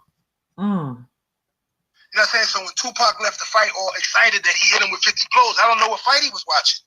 Because Mike Tyson didn't hit Bruce Selton with one fucking blow. Damn. He just fell. I'm just saying, he was just scared. And if you look at the fight and you go back and look at it, look at Bruce Seldon's face when he looks at Mike Tyson. As soon as he sees him, Mike Tyson starts jumping up and down because he knows he got him. I never saw that fight. Yeah, then Mike Tyson hugged him when the fight was over. I looked at Mike when I seen him. I said, that's the easiest payday you got. He probably gave you some butthole too if y'all was in jail. I'm just saying he was scared. Yeah, he didn't want to do it. He didn't even want to try it. Like he wasn't crazy like Ali. Ali would try it and then gain confidence as he goes in the fight. Bruce Seldon fell down. That was no fight. Mike Tyson just had an easy payday. And if you look at the fight, you'll see he didn't hit him. But everybody sees, something different than me. But I'm an ex-pugilist. I know he didn't hit him. Right. He jumped off the rope, fell on the floor. He didn't want no problems. He was like, "Yo, nigga, take my wife, take the house, the car, anything you want, you can have." He didn't want no problems. Hey, Zeus said, "What up, Solo?" What up, son? Zeus said, "What?" Hey, Solo said, "What up with you, Zuzu?" Yeah. But real shit, you know what I'm saying? But like, and I love Tupac, man. You know what I'm saying? It just, that was a hard, you know what I'm saying? And then you being around people you don't know. Right. And let me say this to you too. This is what I'm gonna say too on some street shit. Fuck all this bullshit. How you gonna go get a chain that ain't yours, and you're gonna hit a gang member? These niggas is Bloods. These niggas is Crips. Let them fight. Why are you in the middle of that shit? You talking about Pop? That's what I don't. Yeah, that's why I look at Suge Suspect. Like, why would you have him fighting for a chain, and you got all of these motherfuckers? Yeah. Like Tupac was smaller than you. You were bigger than Tupac. He was small. He was about 145, 150 pounds. How do you let him go get a chain from a gang member and you a gang? Do you think Tupac felt like he owed Suge? No, you got security for that. I would have made the motherfucking security go get that chain. See, me, I'm different. I'd have told security, if you don't get the chain, you ain't got no job when you come back. Right. I'd have flipped on them niggas. I said, you still here? You ain't gonna handle that shit? You still here? Yeah, I would have sent the niggas to go do that shit. That's wild. You know what I'm saying? Like, I love Pac, but why would you know what I'm saying? Why would you take that chain? It's a grown man chain. Somebody got his chain took. Let them niggas handle that shit. Right. So that's what that shit was all about, a chain? Yeah, because the niggas had seen them niggas in the mall, one of the death row niggas, and they fought them and got the pendant from them. So he seen Tupac, and then they go whisper to Tupac, "Yo, that's the dude that got so-and-so chain." I'm like, why are you telling him? Go tell them big 265 motherfuckers you got in the corner. Let them go handle that shit. Why he gotta go handle that? That makes him look suspect to Tupac's murder to me. Right. Because I wouldn't have let Tupac do that. I'm a fighter. I would have took the fight before him. Yeah. Yeah, like why is Tupac's a superstar? Why is he fighting motherfuckers? Why is he fighting the motherfucker that's a gang member against a rival gang, and the rival gang's right here in the room with them? And he's a mega superstar. Like, no. Why the fuck would you put him out there like that? Yeah, that don't make sense. That's what makes him suspect. Wow. And white folks ain't gonna be able to break it down like us because we're more involved in our culture than them. So it might look suspect to them, might be a clue to us. See, that to me, that's a clue. Like, okay, why would you do that? Right. You're 315 pounds and you got Bloods with you. Yeah, but this nigga fighting. From Compton. You got Bloods from Compton and you letting this nigga fight? Yeah, that don't make sense. It does not make sense. It does not. You know what I'm trying to say? Yeah. Yeah. And just on the strength of him and his mother, I say it real. You know what I'm saying? Then his mama died after that. That's not, you know what I'm saying? I'll keep it 100. Why would you let him do that? That's why I don't fuck with that dude, because he's not all up there in the sense of covering his community like he's supposed to. Yeah. He's supposed to, come on, Drake fed them dudes, man. He was supposed to reassure them getting fed. That's it, no more, no less. Right. And there was a time Redman and the Twins ran up on that nigga Suge too, out in Vegas. They seen that nigga over Snoop. They was like, yo, what's up? And if he just said the wrong thing, you know what I'm saying, niggas had him boxed in that night too. You know what I'm saying? I'm not saying my little brother was going to do anything. I'm just saying, I'm not saying he wouldn't have neither. It depends how that shit would have went. You know what I'm saying? Right. My brother John from Brooklyn, they had it out in it, but my brother John knocked him out and shit. My brother John from Brooklyn knocked that nigga out. So I ain't tripping. I'm just saying, karma is a motherfucker. Right. People right, man. Damn. That's deep, man. You know what I'm saying? Yeah, he don't be on no sucker shit. That shit's crazy, man. Well, he's got he facing 28 years now, so shit. look like if he does the full 28, he's not gonna get out till he's 81. So that's some crazy shit. I guess. Yeah, but you can't be doing shit like that. That's why you attract that kind of shit when you do moves like that. Yeah, that's wild. You saying? Yeah, well, I really appreciate you. I know this was a lot for you to come on here. I appreciate you, Solo. You know, I love you. Got nothing but love for you. I'm gonna bring you back on for a full interview, hopefully, real soon. All right, thanks for having me, man. I appreciate you. Enjoy your night. All right, you too. Thanks, Solo. All right, y'all. So, that was rapper K Solo speaking on the, Suge Knight, how he feels about Suge Knight getting sentenced. And, the whole, when he was at death row and some of the things that he experienced from his eyes. I'm going to be doing like a full interview with Solo one of these days when we can get him on screen correctly.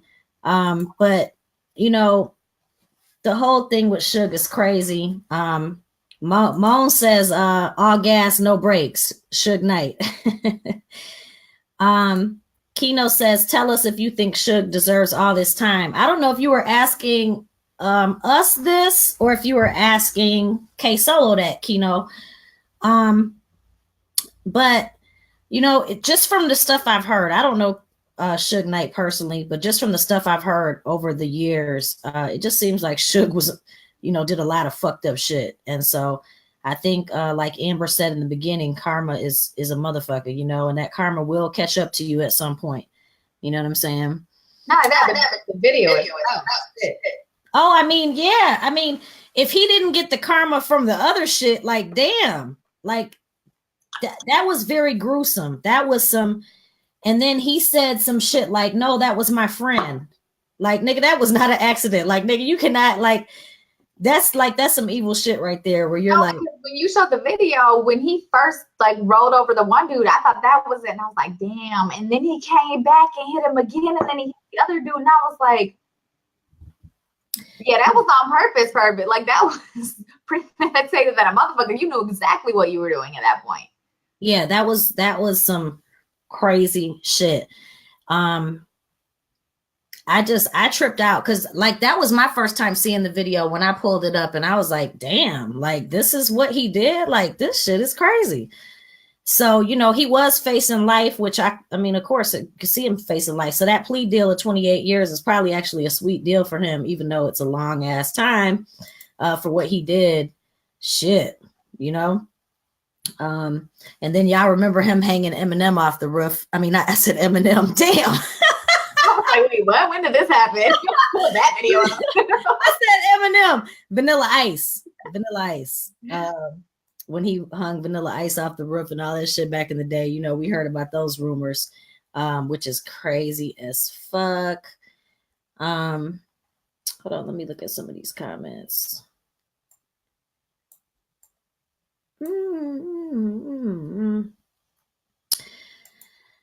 But why were the bystanders so calm? Are you talking about in Tupac's shooting, or are you talking what you talking about, Zoo? Are you talking about Tupac's shooting, or I'm not sure exactly which situation you're talking about. I'm assuming that's what you're talking about.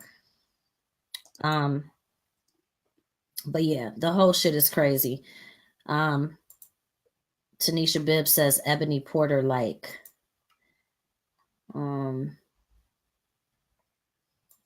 Jamone Brooks says free Pill Bill. Pill Bill is gone, man, at least for a couple years. He's out of there. Stephen Hunt, he says that Suge did Grand Theft Auto on their ass. It did look like crazy. Like, it was almost like, is this for real? Like, is this a stunt or is this for real? Yeah, that was crazy. And Diamond says Suge's karma finally caught up to his ass. Motherfuckers get too comfortable doing bullshit with no repercussions. Yeah. Zoo says he hurt and did so many people wrong. He needs to sit his ass the fuck down. Mm-hmm. Stephen Hunt says Suge is guilty as hell. Trisha says never seen that. I hadn't either, Trisha. When I saw that, I was appalled. I was like, yo, what the fuck? I was like, damn. that was savage. Like that was just pure savagery. So again, he's facing time. I saw a clip where his son was saying, his dad isn't well. He's sick. He doesn't think he's going to be able to survive that time.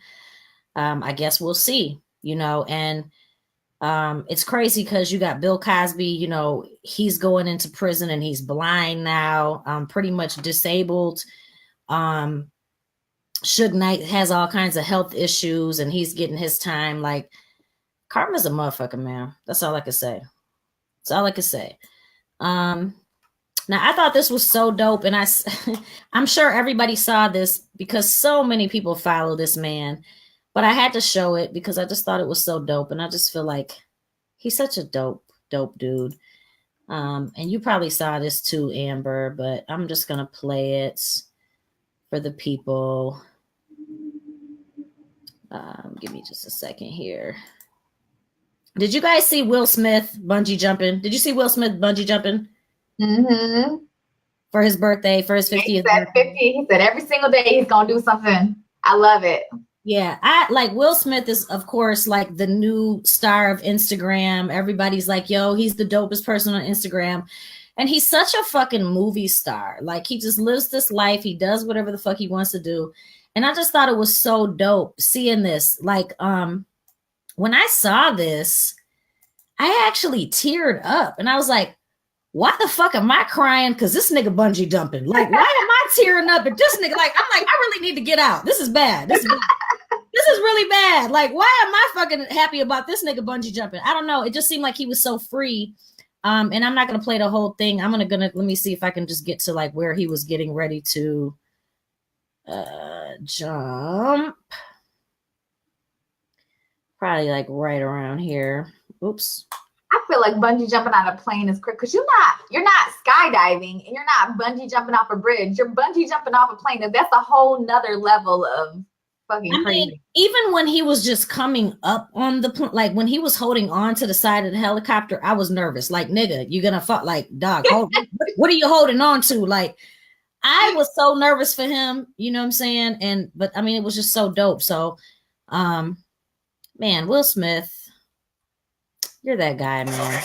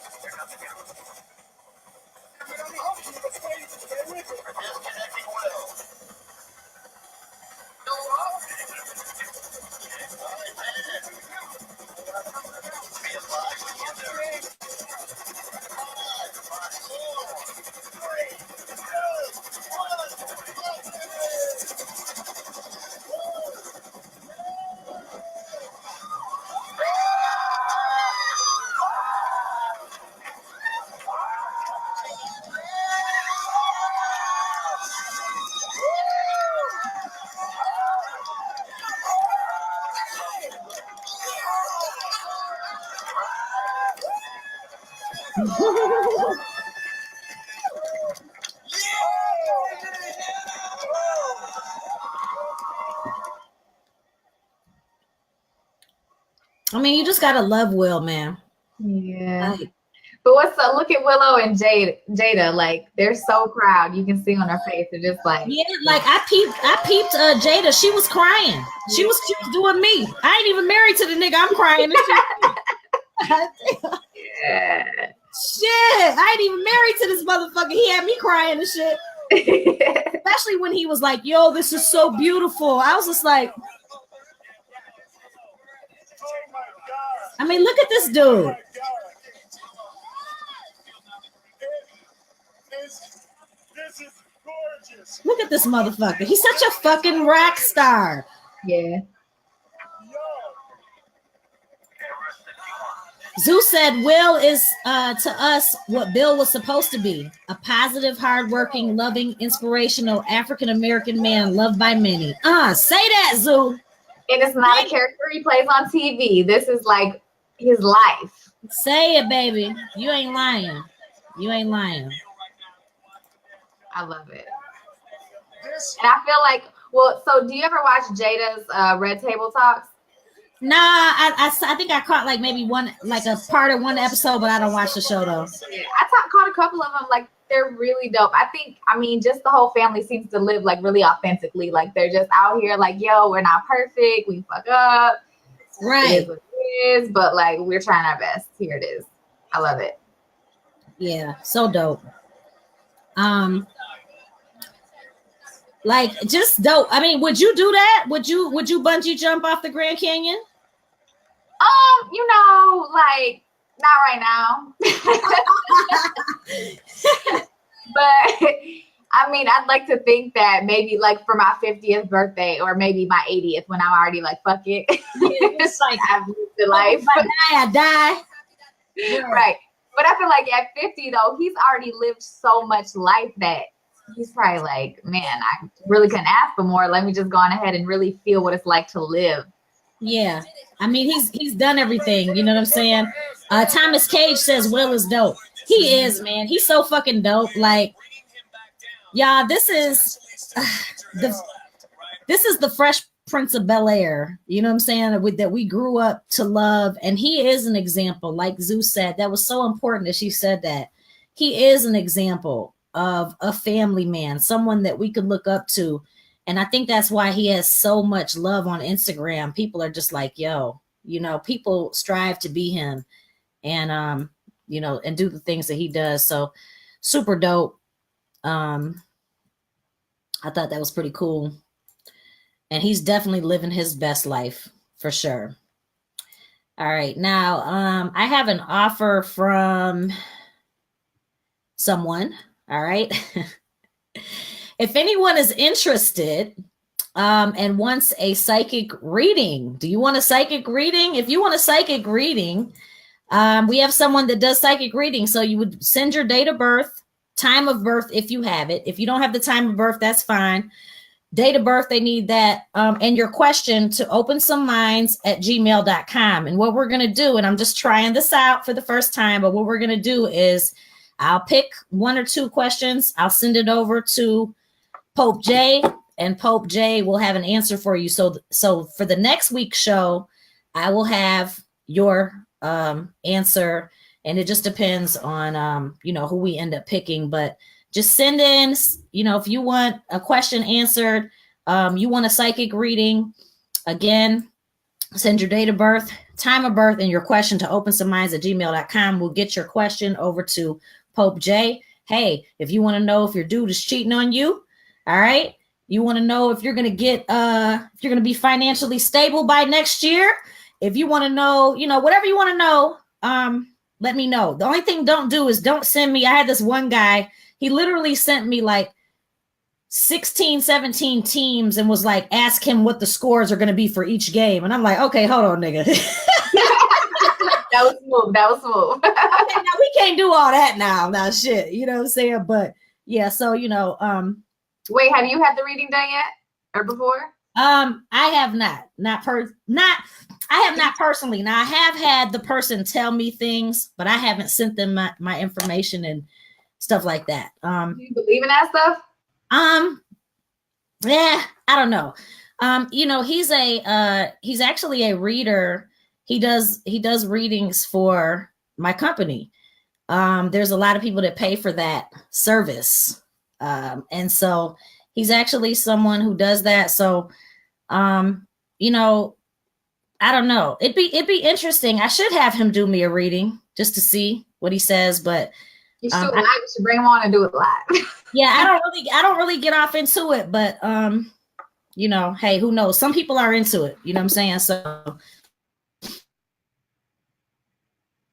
let me see what we got in the comments here. Thomas Cage says a true African American idol. What he shows us as men is unmatched. Yes, Will is super dope. What do you guys think? I wasn't even going to talk about this, but did you guys see the dedication that August Alsina did to Jada Pinkett on her birthday? Was it her birthday or was it his birthday? It was her birthday, I believe. Did you see that, Amber? I ain't heard nothing about it. Okay. Well, I guess I won't speak on it because I don't really have all the information in front of me, but he did like a super really nice dedication to Jada Pinkett. Some people questioned it just because of some of the stuff that he was saying. He was like, you're the apple to my eye, the whatever to the whatever. And I know that some people say that he's like she's like a mother figure to him. Other people questioned and said it was maybe something. Oh, okay. And Zoo says yes, and she did one on his birthday before that. Really? So, Zoo, do you think that they're messing around? Because there's some people speculating that she has got some kind of relationship going on with August Alsina, and people are like, Will needs to check him for writing all of that. Do you think it's just a mom and son type relationship, or do you think that there may be more to it? Of course, everybody knows the rumors that have gone around about Will and Jada. Open relationship, huh? Yeah, there's a lot of relationships going around that they're swingers, that they have an open relationship.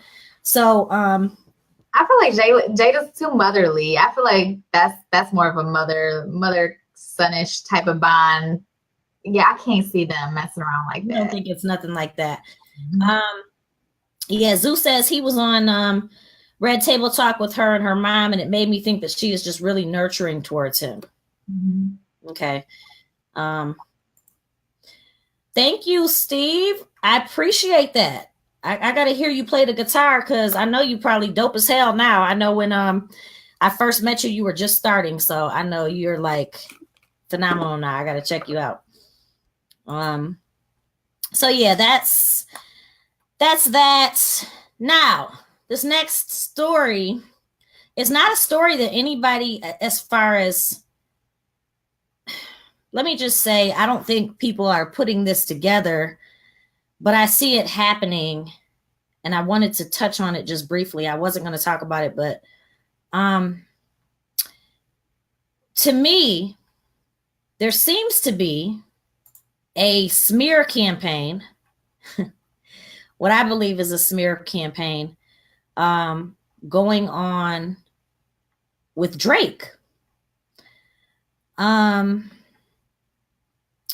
Lately, and this hasn't been on like any big mainstream media or anything like that. So it's not like any of the major networks are talking about it or anything like that. But what I've been noticing is all these little blogs have been coming with these stories about Drake and these underage girls. And the way it's coming out, it's not like one story's hitting and then it's, you got all these people talking about it. It's just these little stories that are being put out in the blogs that make me question, who did Drake piss off? And the reason why and I'm going to show you guys some of the articles that I'm referring to. There's one of them. Let me bring that down. Hold on a second.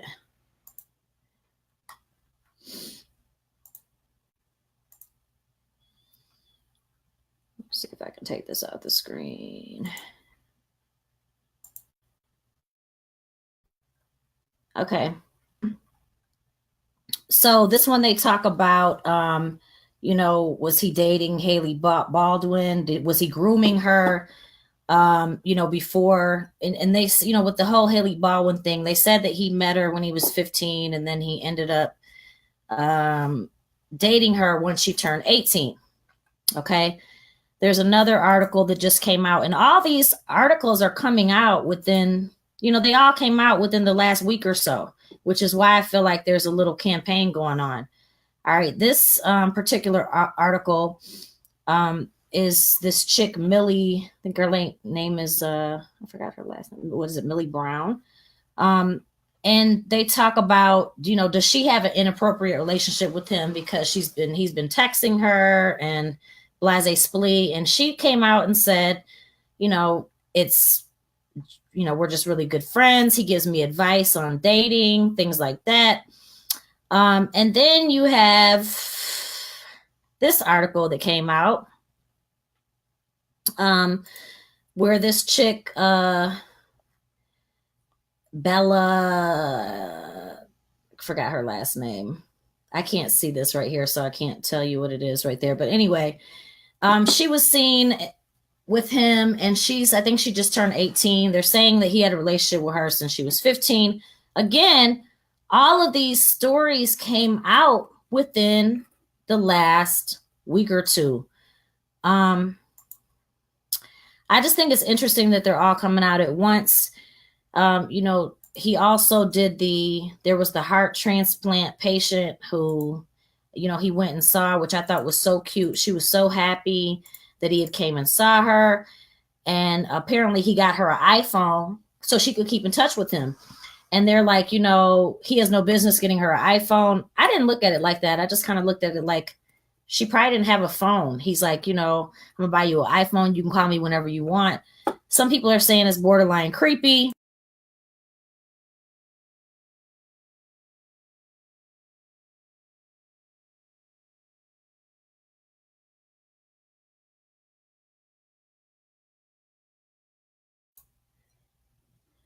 This article came out. I'm sorry, not article. Let me take this off. Boom. All right. So now in this one, they say this was just recently taken, and this is with Young Miami from City Girls. And they're saying that Drake is finally seen with a woman of legal age. I mean, I just feel like, what is going on with the blogs with this shit, and who is paying these blogs? Because right now, again, it's not on mainstream media, but these blogs, this all came out. These are all different blogs. This is not the same blog. These are all different blogs, all talking about underage girls. I feel like there is a Drake smear campaign. What do you think, Amber? Yeah, they really coming for him. I'm looking up some stuff now. I'm like, so must be somebody or a couple of somebodies who are pushing these stories out to these different blogs. It's got to be in these blogs, obviously. I mean, because they're no, like you said, no mainstream media. So it's just blogs trying to gain some traction with these stories, thinking, oh, shit, this is going to pick up this crazy Drake with an underage girl. But yeah, I don't know. Zoo says Millie Bobby Brown from Stranger Things. Yes, thank you, Zoo. I couldn't see it on the screen because it was tiny, but yes, Millie Bobby Brown from Stranger Things. And she says, you know, we're just friends. He's a great guy. He gives me dating advice. It's nothing like that. He tells me, I miss you. I tell him, I miss you too. I saw some people commenting saying he shouldn't be telling a 14 or 15-year-old girl he misses them. You know, I don't take it like that. You know, I can see you telling someone you miss them if you're friends with them. Now, I don't know. I guess when you're, I don't know, you know, Drake is what, 30 or somewhere around there? Is he 30 yet? I think he is, yeah.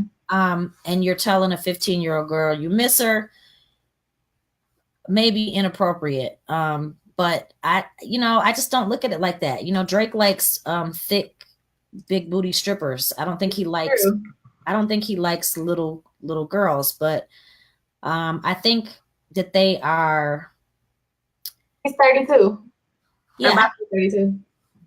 Yeah, I just think that there's some kind of smear campaign, and reason being is just how it is coming out. It's coming out on all these little blogs, all these little articles from all these sites. Nothing mainstream. Nobody will confirm it mainstream, but somebody is paying all these little side celebrity gossip blogs to do all these little because they all came out within like 2 weeks. So there's another blog that actually said, you know, I don't know if you guys heard, he had a mystery illness supposedly a couple days ago, and he canceled a couple shows. There's a blog saying that he canceled the shows because he can't deal with the fact that he's being accused of having relationships with underage girls, you know. So and that's maybe another smear, you know. So it's just crazy. I just see it, I'm peeping it, and I'm watching it because I see what's going on. And that's all I'm gonna say about that. Now, let me see what we got here. Zoo says he won't do any interviews and the industry is pissed. Yes, Drake will not interview with anybody. I think I've seen maybe 1 or 2 interviews with him that he's ever done. But yeah, Nah, he won't do any interviews. There's some artists that don't do interviews and they feel like they don't have to. Drake is just the most bankable artist right now, and bloggers want some of the bag. I think that too, but I just think that it's a little deeper than that, because there's no way that all these blogs in just this little short week period. I mean, all these, if you look at the stories, they all came out within the last week, and they're all different little stories. Mm-hmm. There's something going on with that. There's something definitely weird going on with that. And like I said, a lot of people aren't talking about it because you got to catch this blog and that blog. But collectively, I just pulled up 4 or 5 different articles referencing 5 different situations in the last week where they're trying to point him to having some kind of thing with underage girls. So again, I don't know who he pissed off, but somebody is trying to fuck up his name. All right. Now we're going to talk real briefly about the Instagram co-founders of Instagram stepped down. And they did not say, all right, why they necessarily stepped down. They did say that they wanted to take some time off to explore their creativity. And from what I understand, the 2 co-founders, they were kind of bumping heads, and I'm talking about Kevin Systrom and Mike Krieger. They were bumping heads with Mark Zuckerberg, apparently, allegedly. They sold Instagram to Facebook for $1 billion, but they still kept their positions at the company. One was a chief technology officer. I'm trying to think what the other position was. Chief technology officer. I'm not sure what the other position is, but they had high-ranking positions at Instagram. They decided to step down. They were the originators. And Mark Zuckerberg is saying he's excited about what they're going to build next. I also found out that Zuckerberg owns WhatsApp. Did you know that? Mm-hmm. I did not know he owned that. This motherfucker owns everything. Yeah, so he owns WhatsApp too. And from what I understand, the founder of WhatsApp stepped down because he was bumping heads with Zuckerberg also. And so it kind of goes into like when these big companies, because as entrepreneurs, that's what you're supposed to do. You're supposed to build a company, make it great, and sell it. Like that's what most entrepreneurs do. But what happened is they ended up staying on. And I think what happens is your company starts going in a direction where you don't necessarily have the say-so that you had before. And you're just kind of in the company and they're like, I want to do something. They're ready to do something else. What do you think about that, about the Instagram co-founder stepping down? Amber, do you think that they're just ready to do something else, create something, or you think it's just a business thing, or do they get pushed out? I don't know if they were pushed out at this point because they've been around since 2000. He acquired Instagram in 2004. I don't know when he acquired Instagram, but I feel like it's been a minute. So I just feel like they're probably ready to just move on to different things. And, there is a lot of changes. And I do feel like, Facebook or Zuckerberg or whoever is very particular in how they run the platforms. And they keep saying, for instance, like we want to make changes to make it better, but they're not listening to the people. Like, for instance, taking away the chronological timeline on Instagram and Facebook. There's a lot of things that the people want that is just fucking common sense that Facebook or Zuckerberg or whoever, they're not doing.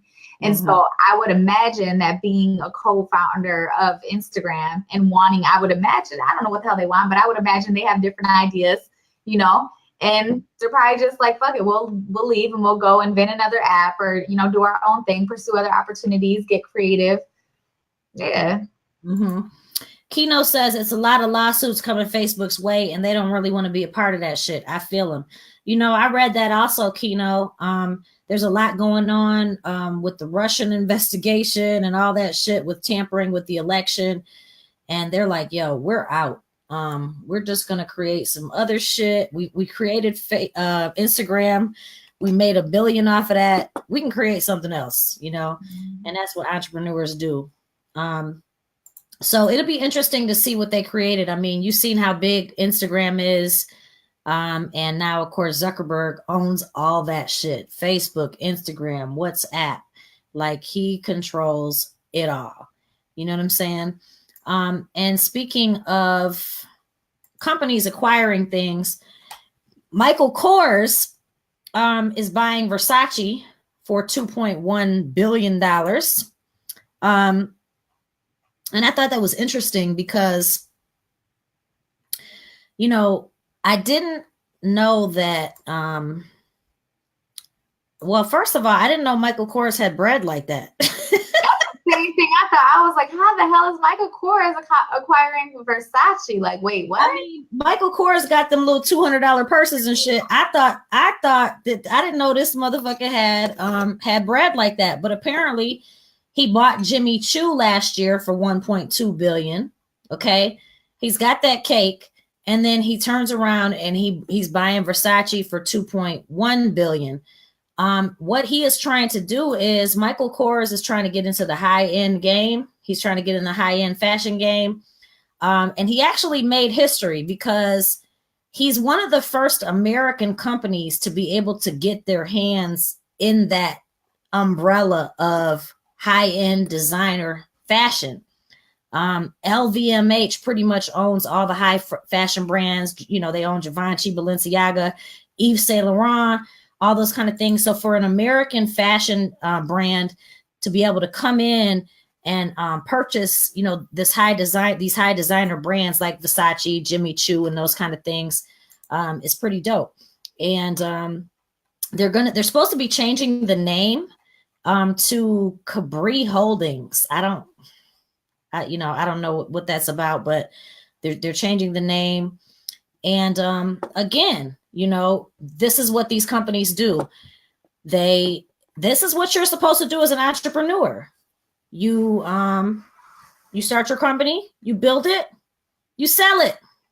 You start another one. You build it, you sell it. This is what the fuck they do. Michael Kors has smartwatches and all. For real? I didn't know Michael Kors has smartwatches. I haven't worn Michael Kors in years. I have one Michael Kors purse. I haven't worn that shit and it's been a long time, but I didn't know. I didn't know he had paper like that. So I just thought that was pretty dope.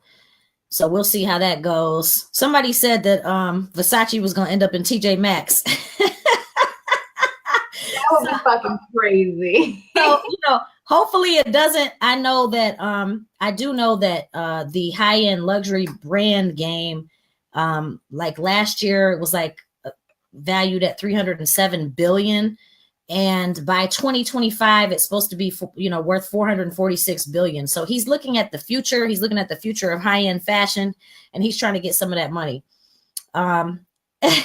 Hey, Zeus says, yeah, that's because you got a Rollie, not a stopwatch. Yeah, I don't. Yeah, you know, I don't have no smartwatches. I do have a Rollie. I don't know about the Michael Kors watches, but I do, you know, the purse that I do have, it's cute. I just don't wear it. I don't wear it anymore. I haven't worn it in a long time. But yeah, he's getting that paper.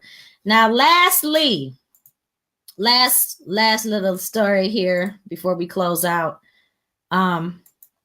So a snake, and this was actually here in Georgia, y'all. A snake was found in an Amazon box, which is insane.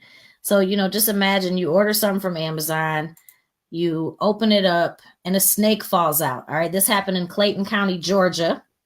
All right. There's a couple saying that they opened their Amazon box, a snake came out. Now, Amazon did refund them.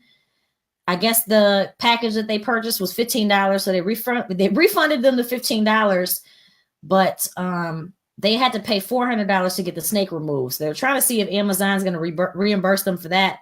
Jeff Bezos definitely has the money to reimburse them for the snake removal. He's the fucking richest man in the world. Jeff Bezos, send them the $400 so that I would say send them the $400 and then something else too. I don't know, a credit. I don't know, something, and it's something just listen, like a damn that's crazy that happened gift or something. I would have sent Jeff Bezos my heart bill. Like, nigga, like, listen, I'm gonna send you my EKG, nigga. Like, y'all gonna have to pay me some more than this. Like, Zeus says, damn, I would have died. Was it poisonous? I don't think it was a poisonous snake. But still, like, somebody could have had a heart attack behind, somebody could have had a stroke behind that shit. Like, pay me, like, break me off. Don't just give me my $15 back. You know what I'm saying? I want the $15. I want the $400 for the snake removal. And I want a few thousand for my suffering and my pain and my suffering. Absolutely. So I had an experience. I ordered a textbook offline, and when it came, there was a big ass spider in the box. Are you serious? And I don't know what kind of spider it was, but it was not no damn Michigan spider. It was a big ass spider in the box. So as soon as I opened it, that big ass motherfucker started crawling out, and I just like dropped it and screamed and ran. And at the time, I was married. My husband had to come kill the big ass spider because I was gone. But yeah, it was. So was this Amazon? Shit, I don't know. It was forever ago. It probably, because it was, you know, a textbook online. So I don't know. But this shit was like probably 2013 or something. So I wonder. But it was a big ass spider. That's crazy. That's crazy. I wonder if Amazon is gonna start, like, because, you know, you got to think they let anybody sell anything on Amazon. They also letting damn near anybody deliver that shit.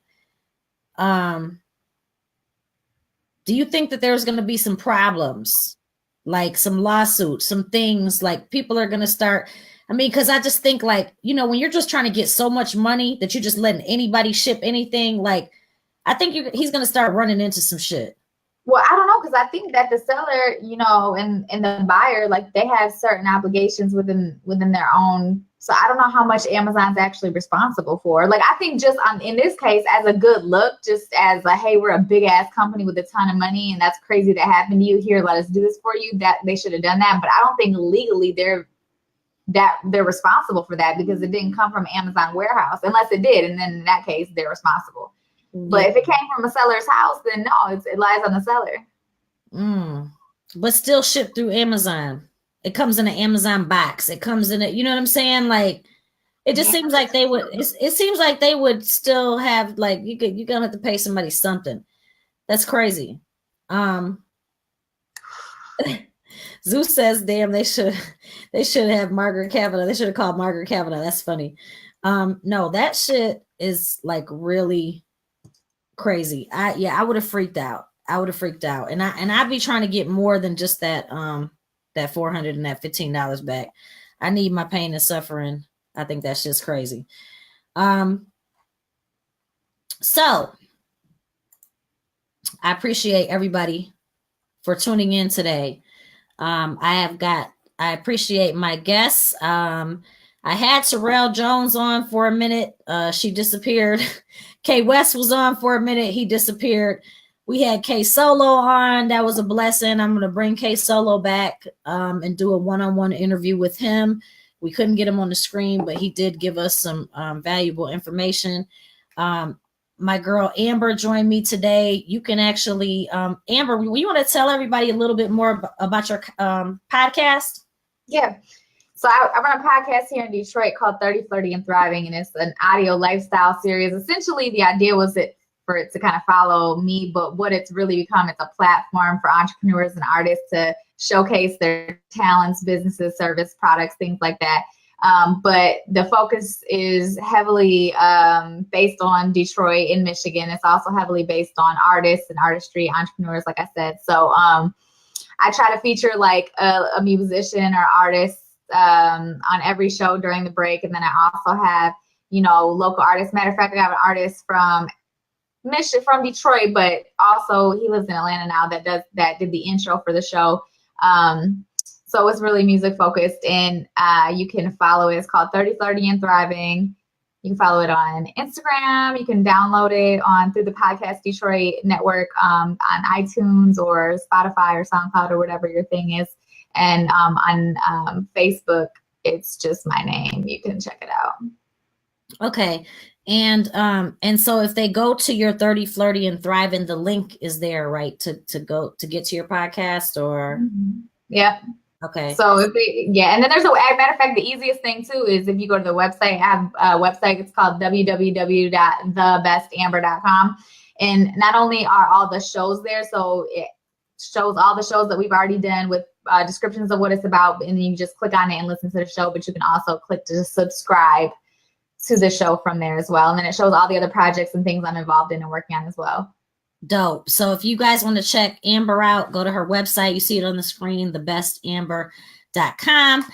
And I really appreciate you joining me. I'm looking forward to coming on your podcast. I'm coming on her podcast, y'all, when I come to Michigan. So I'm excited about that. I really appreciate you joining me. I appreciate all the guests that came and commented and watched, even if it was just for a few minutes. This is definitely one of those things where you can play it back. You can play it while you're working. You can play it while you're cleaning up.